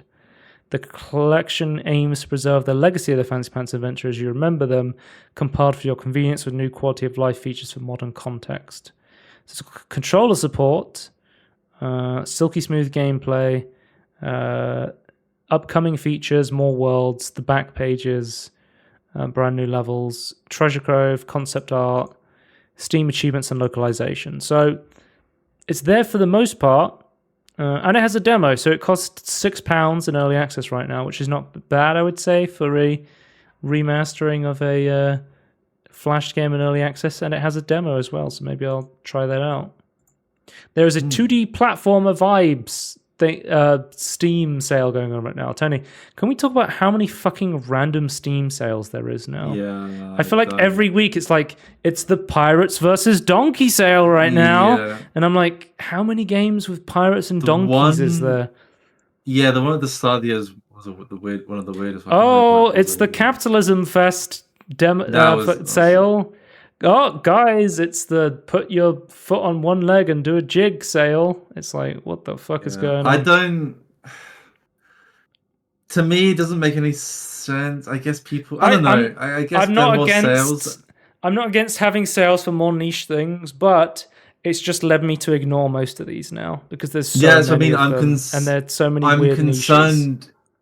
I'm concerned it's actually hindering the big sales and like what we expect. Like I think that there could be some. Well, I mostly ignore the big sales now because I'm trying to buy but I'm less games and I have Games Pass. Absolutely, but I'm wondering if that's leading to like the people who own these games, where they're like, oh, we don't want to put it on the big one because we put it on this niche one instead. And I just feel like, we don't have to have such a deep sale because we're only competing with like our other friends or other similar games. I just feel like maybe I don't know. I could see potential problems. 20th of February, a game called Balatro came out, and I have, despite only having very limited access to time to play this game, I've played 13 hours on the the game. I think I've probably played it more on my Steam Deck than my PC at this point, and I would say it is so good on the Steam Deck. Like, they put so much work to get it feeling good on the Steam Deck. Like, I think I read on Steam Deck HQ, they gave it like 5 out of 5 for everything in terms of its compatibility, how it plays. Like, you can use, like, the controller support is really good, and on the fly you can go, actually, I want to use the touchpad to move stuff around, and it's just like, yep, you can do that. It's really well designed. It deserves its Steam Deck verification. Runs flawlessly. I put the wattage down to 5 watts, and I pinned the GPU down to like 600, and you can get like fucking 6 to 8 hours of battery life playing this game on the Steam Deck. It's nuts. You can get even like more probably with like the Steam Deck OLED's bigger battery. That's true. Yeah. Or I think someone on ProtonDB said they got it down to like 3 watts and had like a 40 FPS lock. Like, it works. It runs at 60 on the Steam Deck LCD. It runs at 90 flawlessly on the Steam Deck OLED. Like, really well made. Runs great on my PC. I'm addicted to this game. It is an ethical Skinnerbox game, is what I'm calling these games. It is a game that makes you addicted to them, but it does it in an ethical way where it's not trying to get you to spend real life money or you start gambling or anything like that. Although I do have a hankering to play poker now. I don't know what it is, you know. I'm just like, maybe I should get some friends together and play some poker, you know. Once you start losing your house keys, then you might just go back to the more ethical Skinnerbox one. But I feel like this game's so good because you have these jokers in the shop with names like, oh, here's Odd Todd and Even Steven. And I see a joker in the shop and I'm like, I have no idea. I don't think this fits into my deck, but it says not discovered. And I'm like, I want to know what the name of this joker is. So I play it to like learn, like discover the joker and unlock more stuff. And I start playing with it. I'm like, oh, this joker is really good, and I never would have known this unless I picked it up. Like, exploring different things in Balatro is always really rewarding to learn more about the game, and there's just so much to explore and experiment with. It is like infinitely replayable and fun. I adore this game. It's immediately one of my favorite games of this year. Like, Balatro is phenomenal. Please play it if you have any interest in card games. It is like it's like Slay the Spire level, maybe higher in terms of like it's like card gameplay and how addictive it is. It is so fun. I highly recommend it. And it grossed $1 million in 8 hours. Everyone's buying it now. Apparently, I think it made like. I'm actually surprised it sold so well. I think like one of those, like, sleeper hits. When it was in Steam Next Fest and they had a demo out, one of the big Twitch streamers and YouTubers, Northern Lion, played it, and he's a big like card game guy. Like he's very famous for stuff like what's that game called with the animals that I have played? Like the Auto Battler with the animals. Why am I blanking on the name? Let me look it up. Super Battle Pets. Is that what it's called? Right. Super Auto Pets. Yeah, like he's very famous for those. So he loves these like auto battlers are just deck builders basically. So he's like a really big deck builder guy, but he played this and I think a lot of people tried this out and it just like went viral from there, and a lot of people were interested in it from that point. And I think essentially like I started streaming this to a friend on Discord and he immediately bought it, and then I made my friend play it on the Steam Deck and immediately bought. I think if you can show this to somebody or you can get someone to play this, they'll immediately get it usually, right? If they're into if they're into it, they'll be like, okay, I have to play more of this. This is really fun.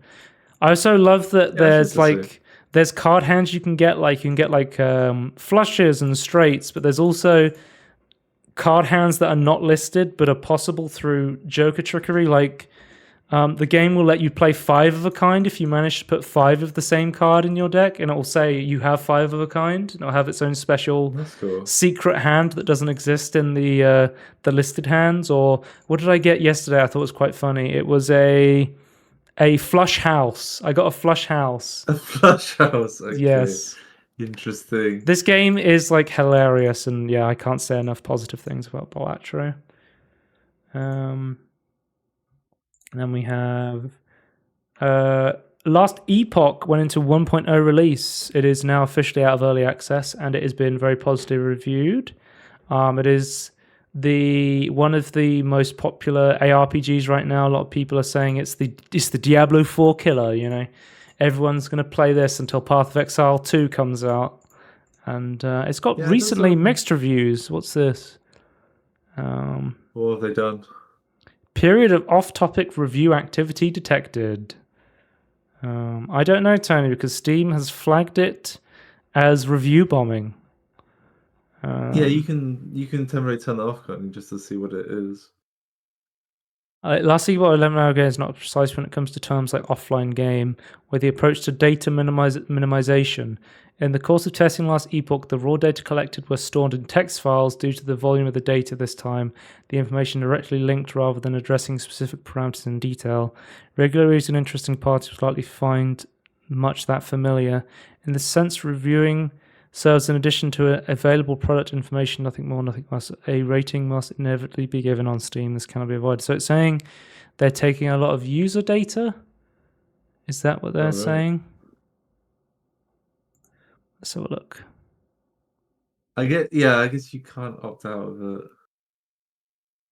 Because it's one thing to want to collect telemetry to keep track of how people are playing the game, but it should be always an option to not send that or collect that. Well, I don't know what the review, but it is very positive overall. It is mostly positive at 61,000 reviews. So maybe they were taking a lot of data from people. But it looks really cool. I've been interested in its early access, so maybe I'll give it a try at some point. I'm not looking to play an ARPG right now, so I have enough games. Has loot? Borderlands 2 is technically like a dungeon crawler, I guess. Sure. It's technically like an action. It's technically like an action RPG, I guess, in the same way like Warframe is. It's not a looter shooter. Yeah, it's not. But they're both like generically action RPGs, right? Like in the most broadest sense. Sure, but I would still say no.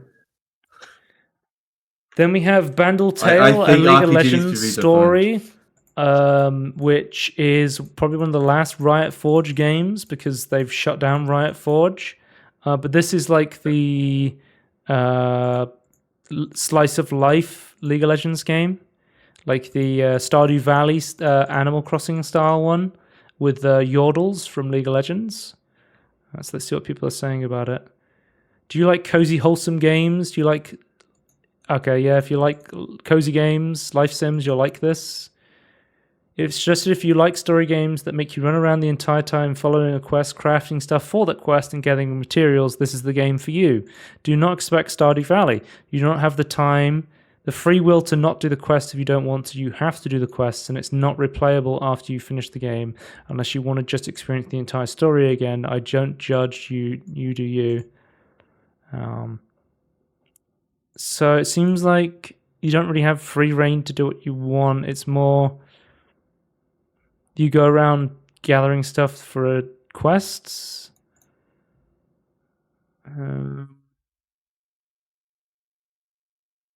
Endlessly crafting and gathering Yordle food. It's like if Stardew Valley, Civ 6, and Overcooked had a threesome, but like in a good way. Daily reminder from Arcane that canonically some Yordles work in brothels. Okay, I haven't seen Arcane, so I cannot confirm or deny whether that's true, but that sounds hilarious. Arcane is the Netflix show for League of Legends, so interesting. Let's move on. Sons of the Forest came out of early access. I had a friend recently saying they actually wanted to go back and try this game. So maybe I'll play again at some point. But I was not overly impressed with the early access launch of Sons of the Forest. It wasn't bad, it just felt unfinished. So hopefully now the 1.0 release has enough content to feel like a full game sort of thing. So yeah, I will go back and play it at some point.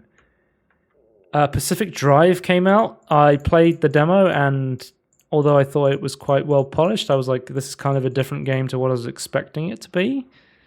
Yeah, that's interesting. If you're expecting a truly open world driving crafting game, you are going to be disappointed at its core. It is an extraction looter. It has a gameplay loop of visiting and revisiting a pool of maps with randomized placements. Yeah, I saw people like compare it like to Subnautica in terms of like how like the story and like areas are unlocked.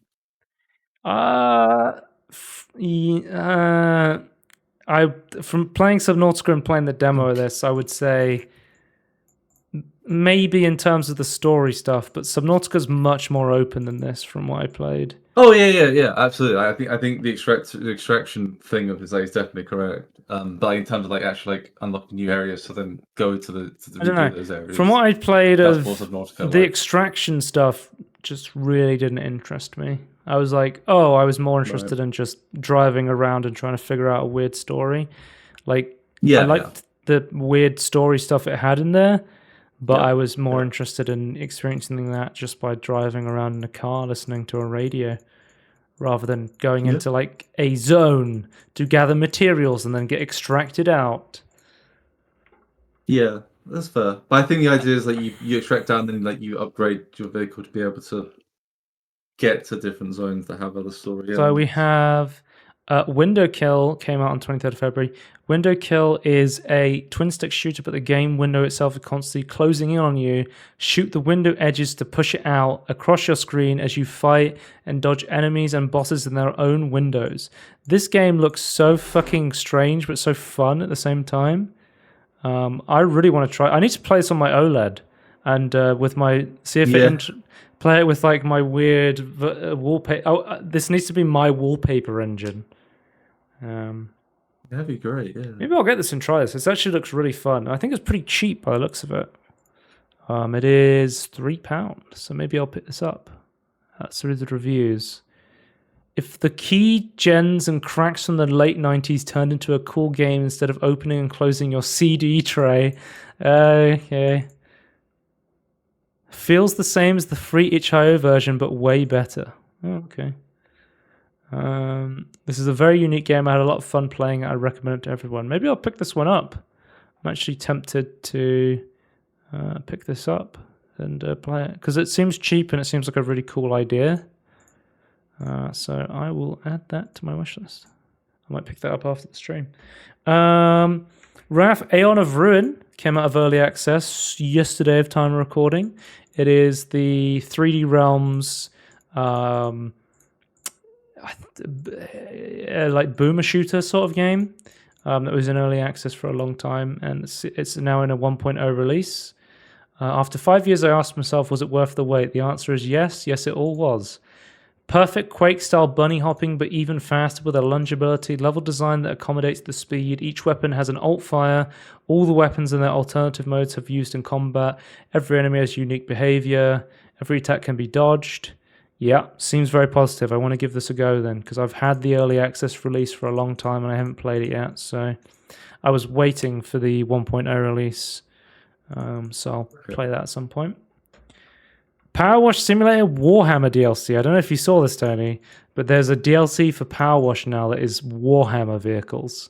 Yeah. I don't know. I kind of wanted I don't know, different saying. I don't know, maybe a different saying, but I don't know. I think it looks really cool. I know, like, this goes further because in this game you have like what are they called, like the nail bolter or like the lancers. Like you have the in-game the bolt gun. And you have like a bolt gun as a power washer, and I know because my friend bought it and was streaming it to me yesterday, and she was complaining that she couldn't use a triple nozzle because the game gives you a specific power washer. Right. And from what I've read of reviews, people are saying they're disappointed that it's only vehicles. So there's no like cleaning up like a battlefield or something like that, or like a religious ship room. Yeah. Like, let's say you cleaned up a ship after a drop pod sort of mission. Kill off the blood. wash the blood. I don't know if they would do blood. Like, that's very Viscera cleanup detail, is cleaning up Yeah, I after a know, battle. but I don't know. I don't really care Power for a lot of the Simulator. Power Simulator is a lot more Imperial family vehicles are not great. friendly. Is a lot more family friendly Sure, than Viscera cleanup sure. detail, I would say. Was Warhammer the correct pairing then? Is my question. Uh, I don't know. I think it's cool though. I think it looks really cool. I'm Sure, interested I to don't try really it. care for. I don't really care for Imperial vehicles I other than the played the ships. free DLC recently, but I haven't bought any of the DLC yet because I think they're really expensive for what they are. Yeah, And I don't think yeah. any of them have been on. There's SpongeBob, Warhammer, and Back to the Future right now, and they all cost £6.50 each, and they don't go on sale. So How many maps do you get? Let's see. you get 1, 2, 3, 4. You get 5 vehicles. Yeah, It looks alright. That's what I'm gonna say. It's not what I'm looking for my Warhammer. I want to watch other stuff, not vehicles. Like, I've got a suit, like just like an ultramarine suit, like just like a small level, or a set of them. I know it makes no sense they took them off, but come on. And Star Wars Dark Forces remaster came out today, Tony. I've seen the Digital Foundry Hmm. video on it, and it looks really good. That's They've good. done a good job of remastering the cutscenes and remaking the assets in like 4K quality. Of course, I talked about like 2 years ago the Dark Forces engine. One of Yeah. my favorite mods of that year. Like, if you own the original Dark Forces on Steam, you can still play that and use the Dark Forces engines to use that as a really good way to do that. I think this has some great features though, such as those remade cutscenes and improved asset quality. I think one of the complaints I saw was like the Quake remaster. If you owned Quake, you got a free copy of the Quake remaster. I think like people who own Dark Forces maybe should have got at least a discount towards this one, because I think people were saying it's good, but I don't think it's like £25 good or Right. $30 good as it is in the US. Yeah. I think it looks good, but I'll probably just wait for this to go on sale. Like, when I played Dark Forces through the Dark Engine, I was like, oh, I'll play this for like 10 minutes to make a video, and then ended up Yeah. playing like 5 different levels. So it's like a really fun, like little Doom clone sort of Star Wars game. And I do want to play it again and like pick it up again, but I think I'll just probably pick this up on sale at some point and then start again on the Steam version. But I can just play it on my PC through the Force engine if I want to now. So, and finally we have Brothers: A Tale of Two Sons remake came out, Tony, and I don't think I like the look of this. So I think PC, it loses. yeah, it looks very like cynically made. Yeah. PC The Gamer colors seem to be gone. PC Gamer put an article about this where they said it basically deeply changes the art style of the game. Yeah. But not only that, Tony, it's made without Joseph Fares. So, because Joseph Right. Fares made this when he was working at Starbreeze, and then this is actually made by Avant Garden SRL, which I guess owns the IP to Brothers now. Which I don't know if they're part of Starbreeze or they bought off Starbreeze. I don't know how that works. But not only is it, so it's not Joseph Fares' vision, it's a completely different art style, but there's also an optional co-op mode. And if you've played Brothers, you would understand that adding a co-op mode to Brothers would completely destroy the entire point of the game. Yeah. Like when I saw Brothers, I didn't understand why it wasn't a co-op game. But once you play Brothers, you will understand why Yeah. it needs to be a single player game. It cannot be played co-op. It completely goes against the entire point of the game. And I think you would be doing yourself a massive disservice by playing this game co-op. But yeah. This remake, it looks a bit cynical. Like Yeah. I played the Brothers Tale Two Sons, like last year or the year before. I think it was the year before, maybe. And I This was the thought year before, yeah. it looked fine. Yeah, And I think I that's think fine. that the platforming was a bit clunky. I thought the like actual movement can be improved, but overall it was still a pretty good game. So maybe just get the original one instead. I don't think you really need to Yeah. get this one.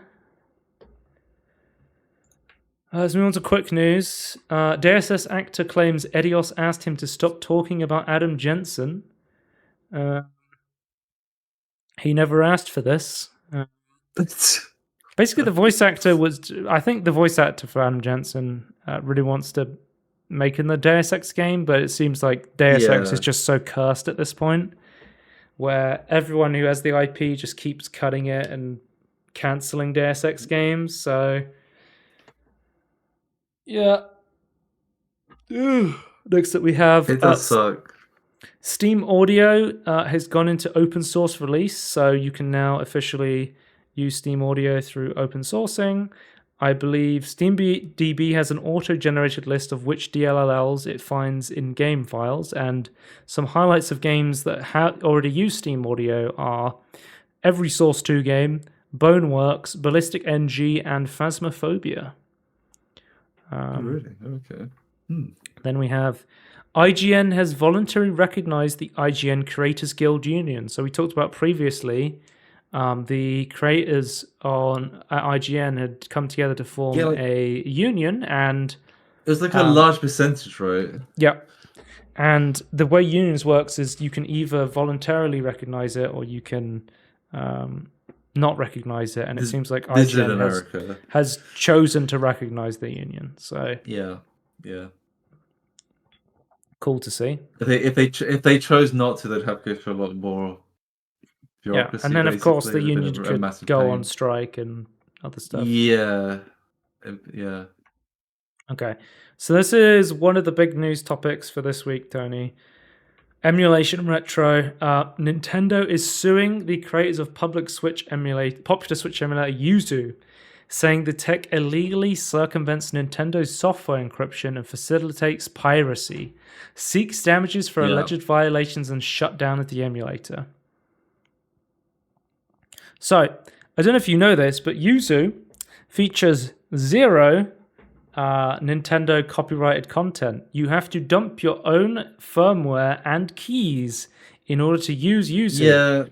Not only that, Tony, you should be going after the other sites, not this. If a game comes out and is leaked early, you will be banned, and you are not allowed to talk about it under the Yuzu Discord. If you ask for technical advice of something not working for you on Yuzu, and someone from Yuzu spots that you're using a pirated copy of the game, they will not help you. Their literal mission statement is, we do not agree with piracy. Do not use this emulator for piracy. They have zero anything to do with piracy.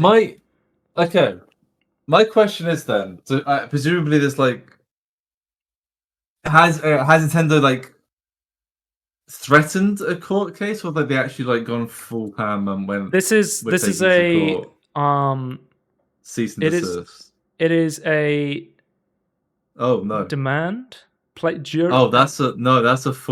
That's a full filed in court thing. Okay. They're suing them and taking them to court. But what they've alleged they're taking directly. Tony, some of the stuff that they've alleged is so ridiculously stupid. So they noted that 1 million copies of Tears of the Kingdom were downloaded prior to the game's release, and that they say that Yuzu's Patreon support doubled during that time.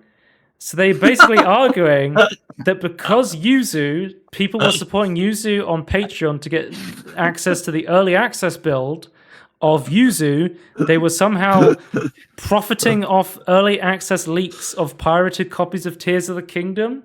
Despite them owning the game and just playing on a different platform, effectively. Well, no, this is the pre-release of people who shouldn't have access to the game.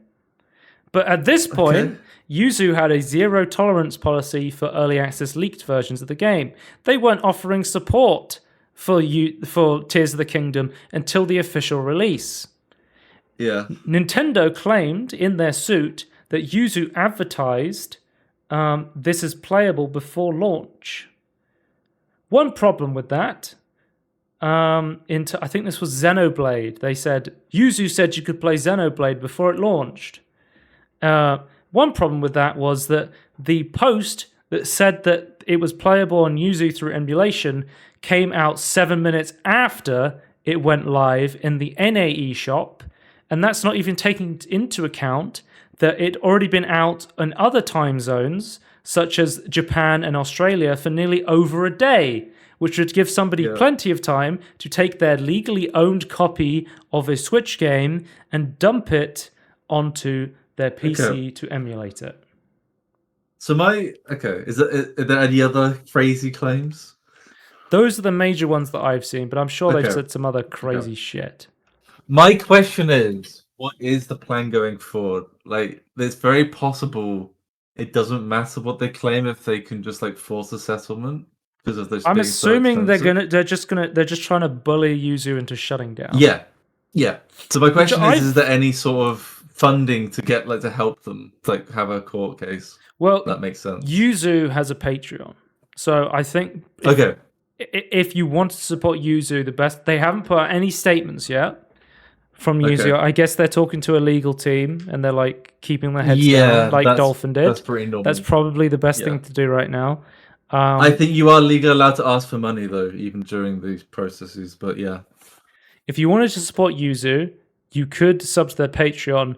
But that is not to say that they would use that money to legally defend themselves, because they could basically say, look, it's not worth the hassle. We're just going to shut down, basically. Yeah. But even if you donate them, they could still make that. It's still like, we couldn't, with this money funded, we can't do what we want to do to defend ourselves. I don't know.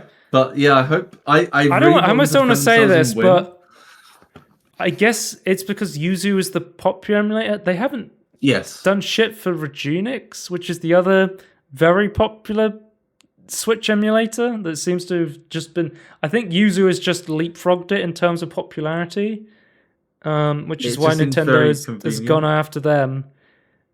And I know that specifically there was a project that was created to run Switch through Android that got shut down because of a cease and desist from Nintendo. Yuzu has an Android version that lets you run Switch emulation through Android. Maybe they're going after them because of the Android stuff. I don't know. Nintendo's fucking strange when it comes to this sort of stuff. Unless they think they've just... they could have... It's potentially they thought they could have found something that they could have taken to court and win. I don't know. Yeah, but the thing is, I want them to at least defend themselves. I hope that the Yuzu devs are financially solvent enough to defend themselves, because if they take this to court, Nintendo will probably lose because they're on such shaky ground legally. Yes. That Yuzu has an insanely... I'm not a lawyer. This is not fucking legal advice, but I think that Yuzu has done nothing illegal here. I've not seen a single thing suggest that. If they own all their code and they're not actually providing... Because my understanding of because they're basically claiming the Digital Millennium Act, like you can't break encryption, is what my understanding. As someone who uses Yuzu, I had to dump firmware and product keys. That is not provided by Yuzu at all. Yeah, if they do own all that and they're not actually cracking the code or provide nothing to crack encryption, I don't see they've got any leg to stand on. We'll see, I suppose. That's kind of sucks. I hope they have the money to stand up. If not, I hope they ask for money to stand up, because I think it benefits everyone if they try and stand up to Nintendo. I think it's beneficial. Yep. But we'll have to. I'll update you guys on the next podcast if we get a statement from Yuzu. I really hope that that they don't. It's a really good emulator, and I hope they don't get bullied off the internet by the fuckers over at Nintendo legal team. I love Nintendo's development staff. I think they make amazing games, but everyone that works for the business side of Nintendo, fuck you. You are the worst in terms of just bullying people off the internet when they're just trying to enjoy the games. It's absolutely insufferable. So they're technically like punishing people that have bought the games legally Yeah. and then dumped their own ROM, and like Linus that they don't want to play it on the We Switch and want we to play need it on a legal different precedent that device. protects emulation. We need preservation And because Nintendo won't preserve their own games. Preservation, and it has preservation precedents, yeah. Oh, Microsoft news. Diablo 4 is coming to Games Pass. I think this is one of the first big Activision Blizzard games to come over to Games Pass. But yeah, if you were somebody who looked at D4 and was like, that looks pretty fun, I'll wait on that, you can now just play it on Games Pass. I kind of wish I didn't buy it on release and just waited for it on Games Pass. Wait, how much was it? It was like £60. It was expensive, yeah. No. Oh, but don't worry, Tony. People playing on Games Pass will be able to buy the $65 horse bundle that is available in the Diablo store. So don't worry. What the hell is the $30 Portal reskins? Oh, you ride mounts in Diablo 4, so you can get multiple different horses to ride around with in D4 through this bundle. You don't unlock them through the game. My favorite part was they had a battle pass for season 1. They were like, if you buy the premium battle pass, you can get a red shirt.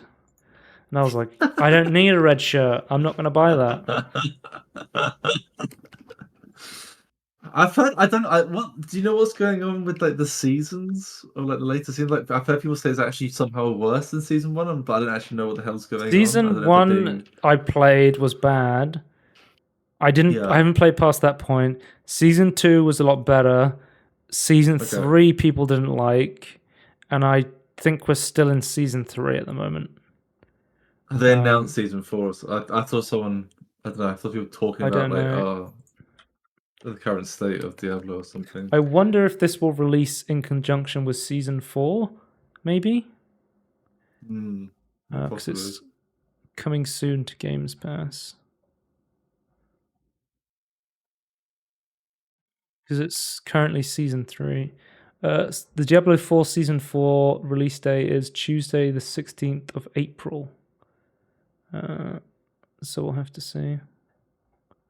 Maybe if they get a really good season 4 and they get a bunch of Games Pass players, maybe there'll be life for the game, but we'll have to wait and see. Next up we have... Oh, Microsoft apparently is working on a new resolution upscaler for games called DirectSR that is going to be revealed at GDC, which is coming up real soon. So this would be a software level upscaler, making it compatible with a wide range of graphics cards and architectures. So this would be similar to something like Auto HDR, I guess, in terms of it would be like something you could flick on in the settings, and then you could be like, oh, I'll just basically get like an FSR level upscaling. Like, hopefully it's as good as at least FSR 1.0. I would like to see something like FSR 2.1, but obviously for that to work, they had to make it on a per game basis, and this is more of like a general solution. Is it potential like it's like a jumping off point where you could like, because it's I guess on everything, that you could then like tweak it from like a game perspective, like or enhance how it works. Well, I think this is good because it's built into the OS, but we already have tools like which I have on Steam, lossless scaling. I don't know if you ever heard about this, but this is like a third-party tool that basically lets you do very good like software scaling, and will even let you use stuff like so it has like bilinear scaling, or you can even use plugins to add Nvidia image scaling or FSR 1.0 in order to upscale stuff. So this basically just gives you a bunch of options of using its own upscaling or open source upscaling stuff, or Nvidia image scaling, because I don't think any Nvidia stuff is open source. But you have a bunch of options. You can use anime 4K, sharp bilinear, bicubic, nearest neighbor scaling, integer scaling, and like different scaling is going to work. Like I think like integer for old stuff, right? Yeah, I think like one of them specifically is better for pixel stuff, like 2D stuff. Yeah, I guess anime 4K might be good for that. I think integer is good for like the older pixels. Like you don't want it. Like, Anime to, like, 4K is best suited for cartoons or anime. Makes sense. So, modern games, LS1, which is lossless scaling, upscaling, AMD FSR for modern games. For scaling pixel art games, use integer scaling or XBR, and then anime 4K is for cartoons and anime. Yeah. So you can just apply this to any game and then just hook it in and add your own upscaling. So yeah, this is already an option. You can buy it through software on Steam. I think it was cheap. It cost like a couple of quid or something. It's £5 off sale. But it is quite useful to have. I have not looked into it and used it that much, but I think it's definitely like this would be something really good if they could build this into the Steam Deck, or like you have FSR 1.0 built into the Steam Deck, but more options is always good. Yeah. But having like an OS level upscaling is going to be cool. What about Sex Backwards? Another open source. You know I love Sex Backwards. Next up, we have Microsoft has confirmed which Xbox games are going to be multi-platform, which are going to the Switch and the PlayStation. So we have Pentiment going to the Switch and the PS5 and PS4, February 22nd. And then we have Hi-Fi Rush going to the PS5, March 9th. And then we have Grounded going to the PS4, PS5. I think this is also coming to Switch, because I think it was announced in the Nintendo Direct. I saw the Switch footage of Grounded, and it looked like absolute ass. Hang on, let's see if I can find the video. You have to squeeze it onto the Switch.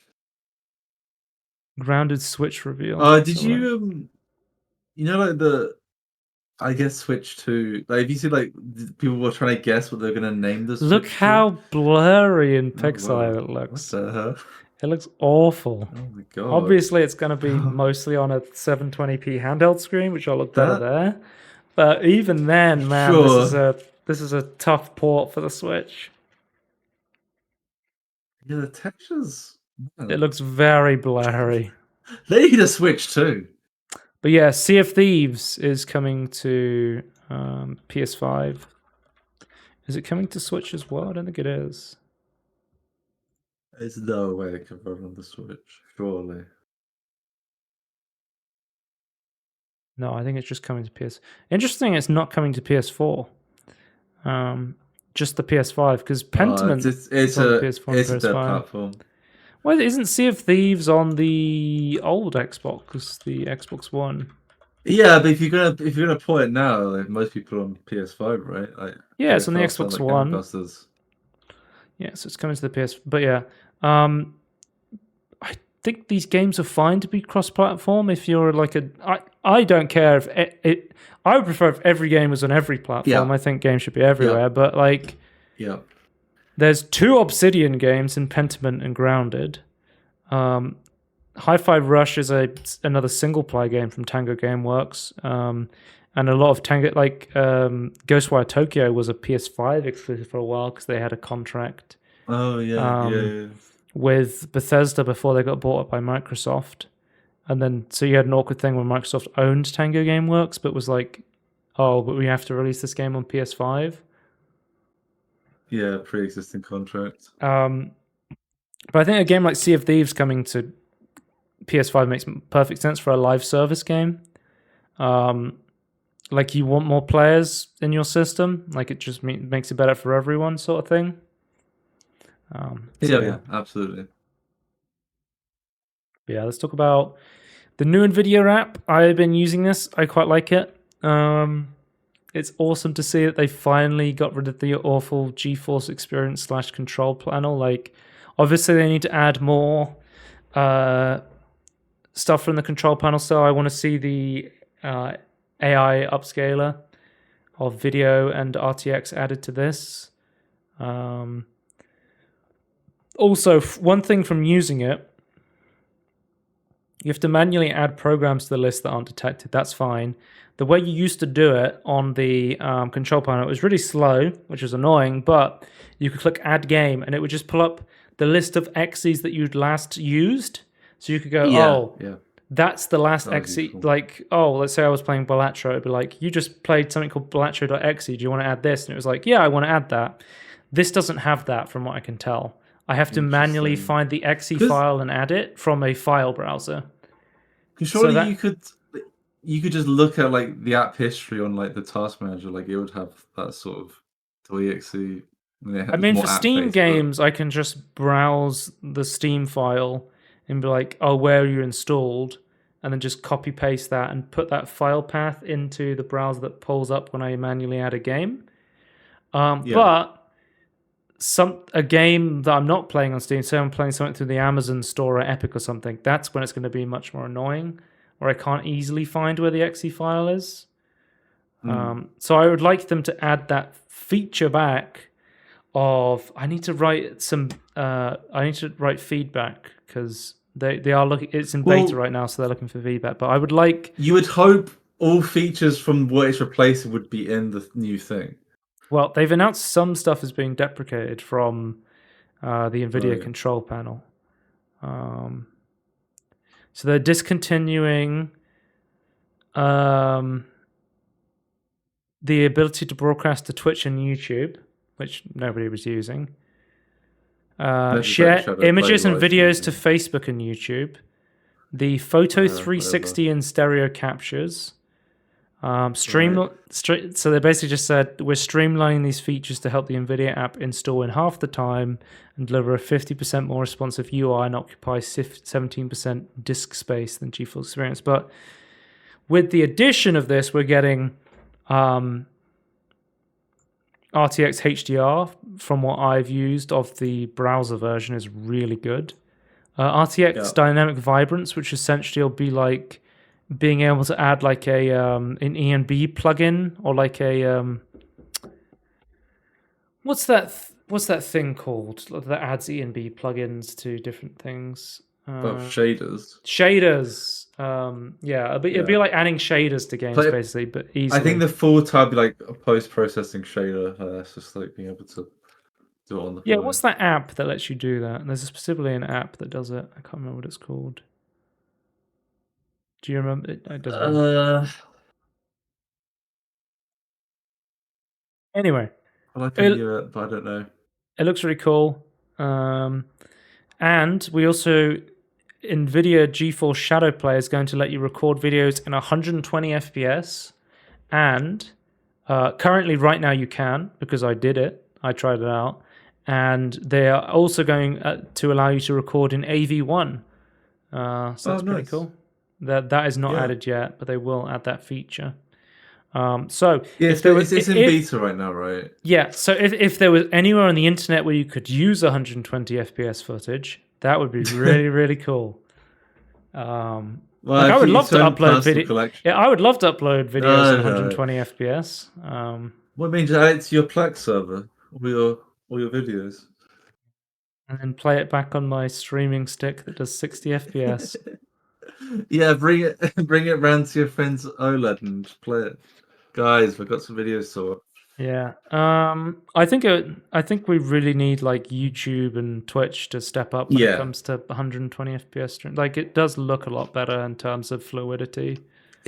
Like, games would look so much better in 120 FPS. What if it was a premium service though, for like the bandwidth problems? Yeah, potentially that could be a way to do it. YouTube Premium for one. I don't know if that it scales like, I know like for like resolution, it like pretty much scales like how many pixels you are. I don't know if that's quite so true. Well, they said they were going to lock 4K behind YouTube Premium, and then they gave up on the idea, didn't they?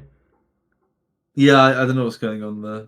Because we now have Premium 1080p. I don't know if you. I keep seeing that on videos where it's like the high bitrate 1080p. Yeah. Which I don't have because I don't have YouTube Premium.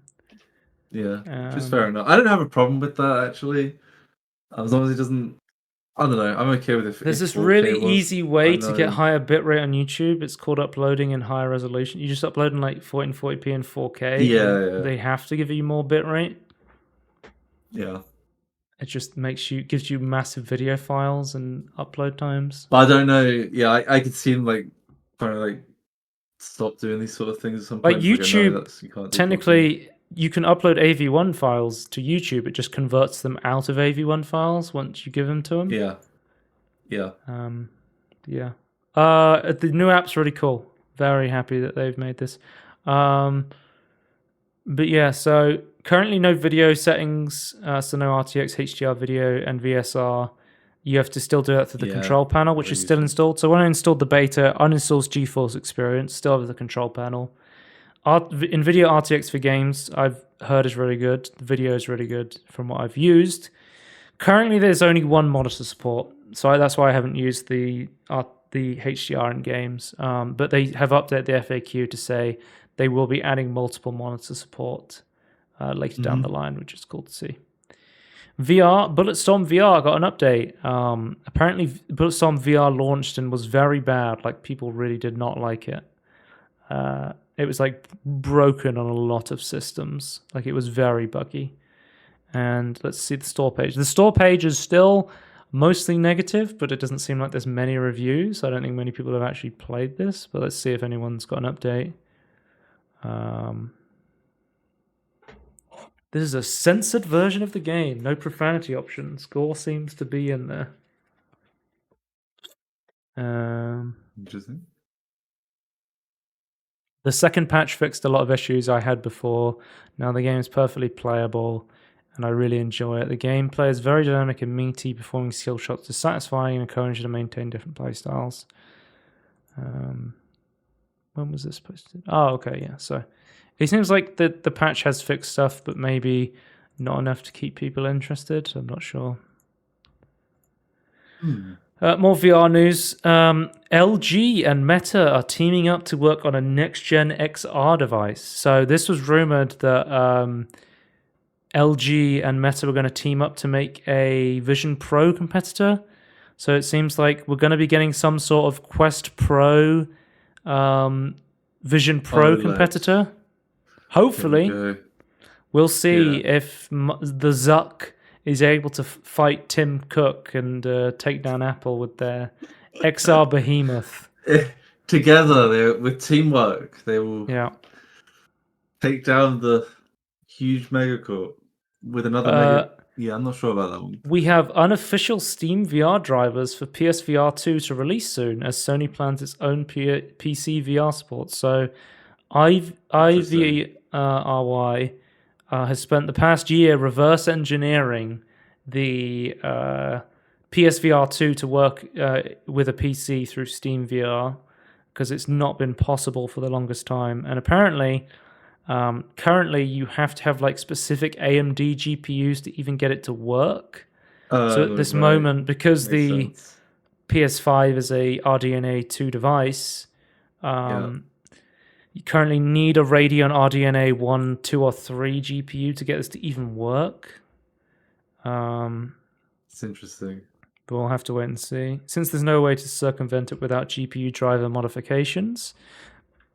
But when the PSVR 2 came out, everyone said, well, Sony should make it so you can just play it on PC because it's one of the best PC VR headsets right now.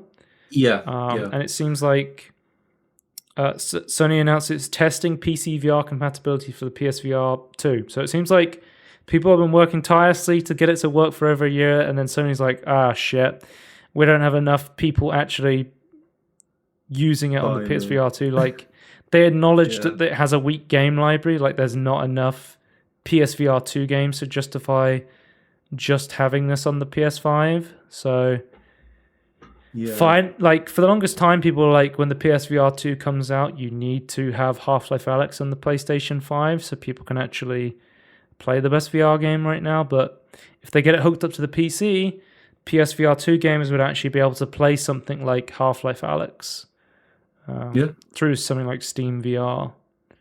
I think really cool. I still think I know that they're trying we wanted to keep it on the same platform, but I don't feel like if you're selling hardware, then you're not selling it at loss, which I assume you're not. I know again, if you keep it on their platform, you can sell your own games, but if you've got no game to sell, then surely selling a product to make money that you put all this money into to make.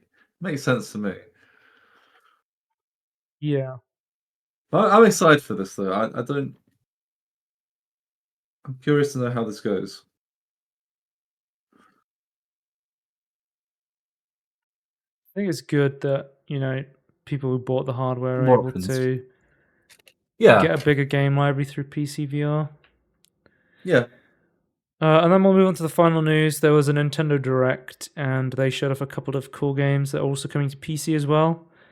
Star Wars Battlefront Classic Collection, being made by Aspyr Media, just finished making the Tomb Raider remaster, is remastering the original Star Wars Battlefront game. So there will I'm be pretty excited for this. the first and the second one, and they're making their way to. I think this is one of the only ways to play them on modern platform and consoles, but also you'll be able to grab this on Steam as well. Yeah, that'd be nice. So this looks really cool. I know me and you love the original. Oh yeah, game. So yeah, the campaigns they're yeah. good. That's all I'm gonna say. People forget about the campaigns, but no, I think it's a really interesting perspective that nothing else really follows. This is also going to have 64-player online support as well, which is going to be awesome. If we get a bunch. Nice. Oh, it's Steam Deck verified as well. I guess if it's on the Switch, it's got to be pretty low power. I guess so, yeah. That's already quite an old game. So it's also the reason why I call EA's games Battlefront 3 and 4. You don't get to just copy the names. Disney Epic Mickey rebrushed. So the original Epic Mickey game is getting remastered. It was a 2010 platformer that originally debuted on the Wii, and I think has been exclusive to the Wii up until this point, is coming to Switch and PC now. So they're officially remastering it, which is cool to see. I think the second Epic Mickey game is available on Steam already, but has some technical issues in terms of, I think it's like capped to 30 FPS. There's some like driver issues sort of thing. I think there's some trouble getting it running on modern systems. So hopefully this plays well for the first game, and hopefully either they fix up the second game or they remaster the second game potentially, because I always thought these games looked interesting. Like I was always interested in playing these games. I just never did, sort of thing. I don't think I know very much about these games. So what is the actual? I think the idea is that you transform the world and stuff into platforms through a paintbrush. It's sort of like that Fantasia style thing. It looks pretty fun from what I've seen. I like platforming, so it seems right up my alley.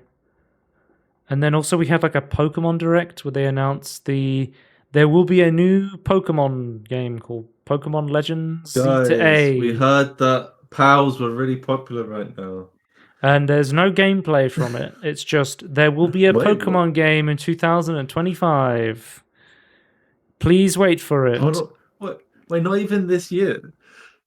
Well, I don't know if you've heard, but apparently the Switch 2 was going to be coming out this year, but we've got news from rumors, speculation, that the Switch 2 is now targeting March 2025 at the earliest. Like, apparently they pushed it back to avoid shortages. Like, they had to delay it. Okay. So, man, I don't know if you know this, Tony. Okay.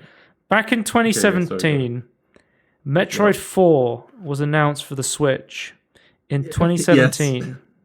Yes. When is Metroid 4 coming out? It's been Well, they had to remake the game from...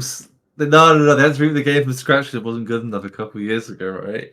It's been 7 years since that game came out. Will the launch title for the Switch 2 be a cross-platform launch of Metroid 4 on the Switch and the Switch 2?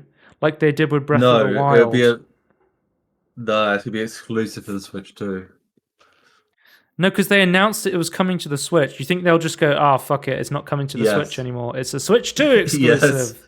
Yes. That's what I fully expect. My question is, I know we didn't see any actual gameplay or anything like even in engine for this Pokemon game, but could we at least... I know this is can we assume that it's going to be a 3D game based upon what we saw, or is that also just radical and we can't assume that? No, I'm assuming it's 3D. Okay. I'm assuming if it's going to come out around the same time as potentially a Switch 2, they might want to make it 3D to show off the hardware. Yeah. That's that being said, I mean, Super Mario Wonder, they went back and did a really good looking 2D game with that game, so potentially it could be 2D. But I don't think you can. I don't think there's much. I don't know. I say that, but maybe you can do that with like a top-down 2D Pokemon, or I sort of isometric, I suppose. You know, I was I don't know. You can watching. make it. I don't think you can make it as pretty as like a platform. When I was around my friend's house playing on the Switch, he was playing Pokemon Let's Go Eevee, and I thought the 3D stuff was cool. But when you went to the Pokedex, they had this really cool stylized 2D Pokemon. I was like, oh, that looks really cool. Like, I like how the 2D Pokemon look compared to the 3D ones.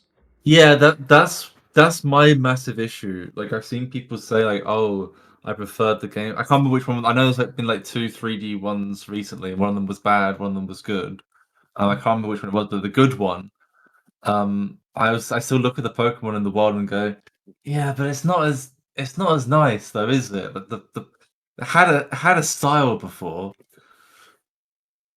I mean, it still has a style, I suppose, but it's not. I don't appreciate it as much. I'm trying to say. That's the end of the podcast. You can check us out youtube.com at Everything In Between Podcast for the VOD, twitch.tv/Scorn if you want to watch live, at Scorn2000 on Twitter if you want to follow me there for some reason, shows.cast.com/everything-in-between-podcast. There'll be links to Apple Podcasts and Spotify if you want to listen to the audio version of the podcast, and we will see you next week. Goodbye. Bye.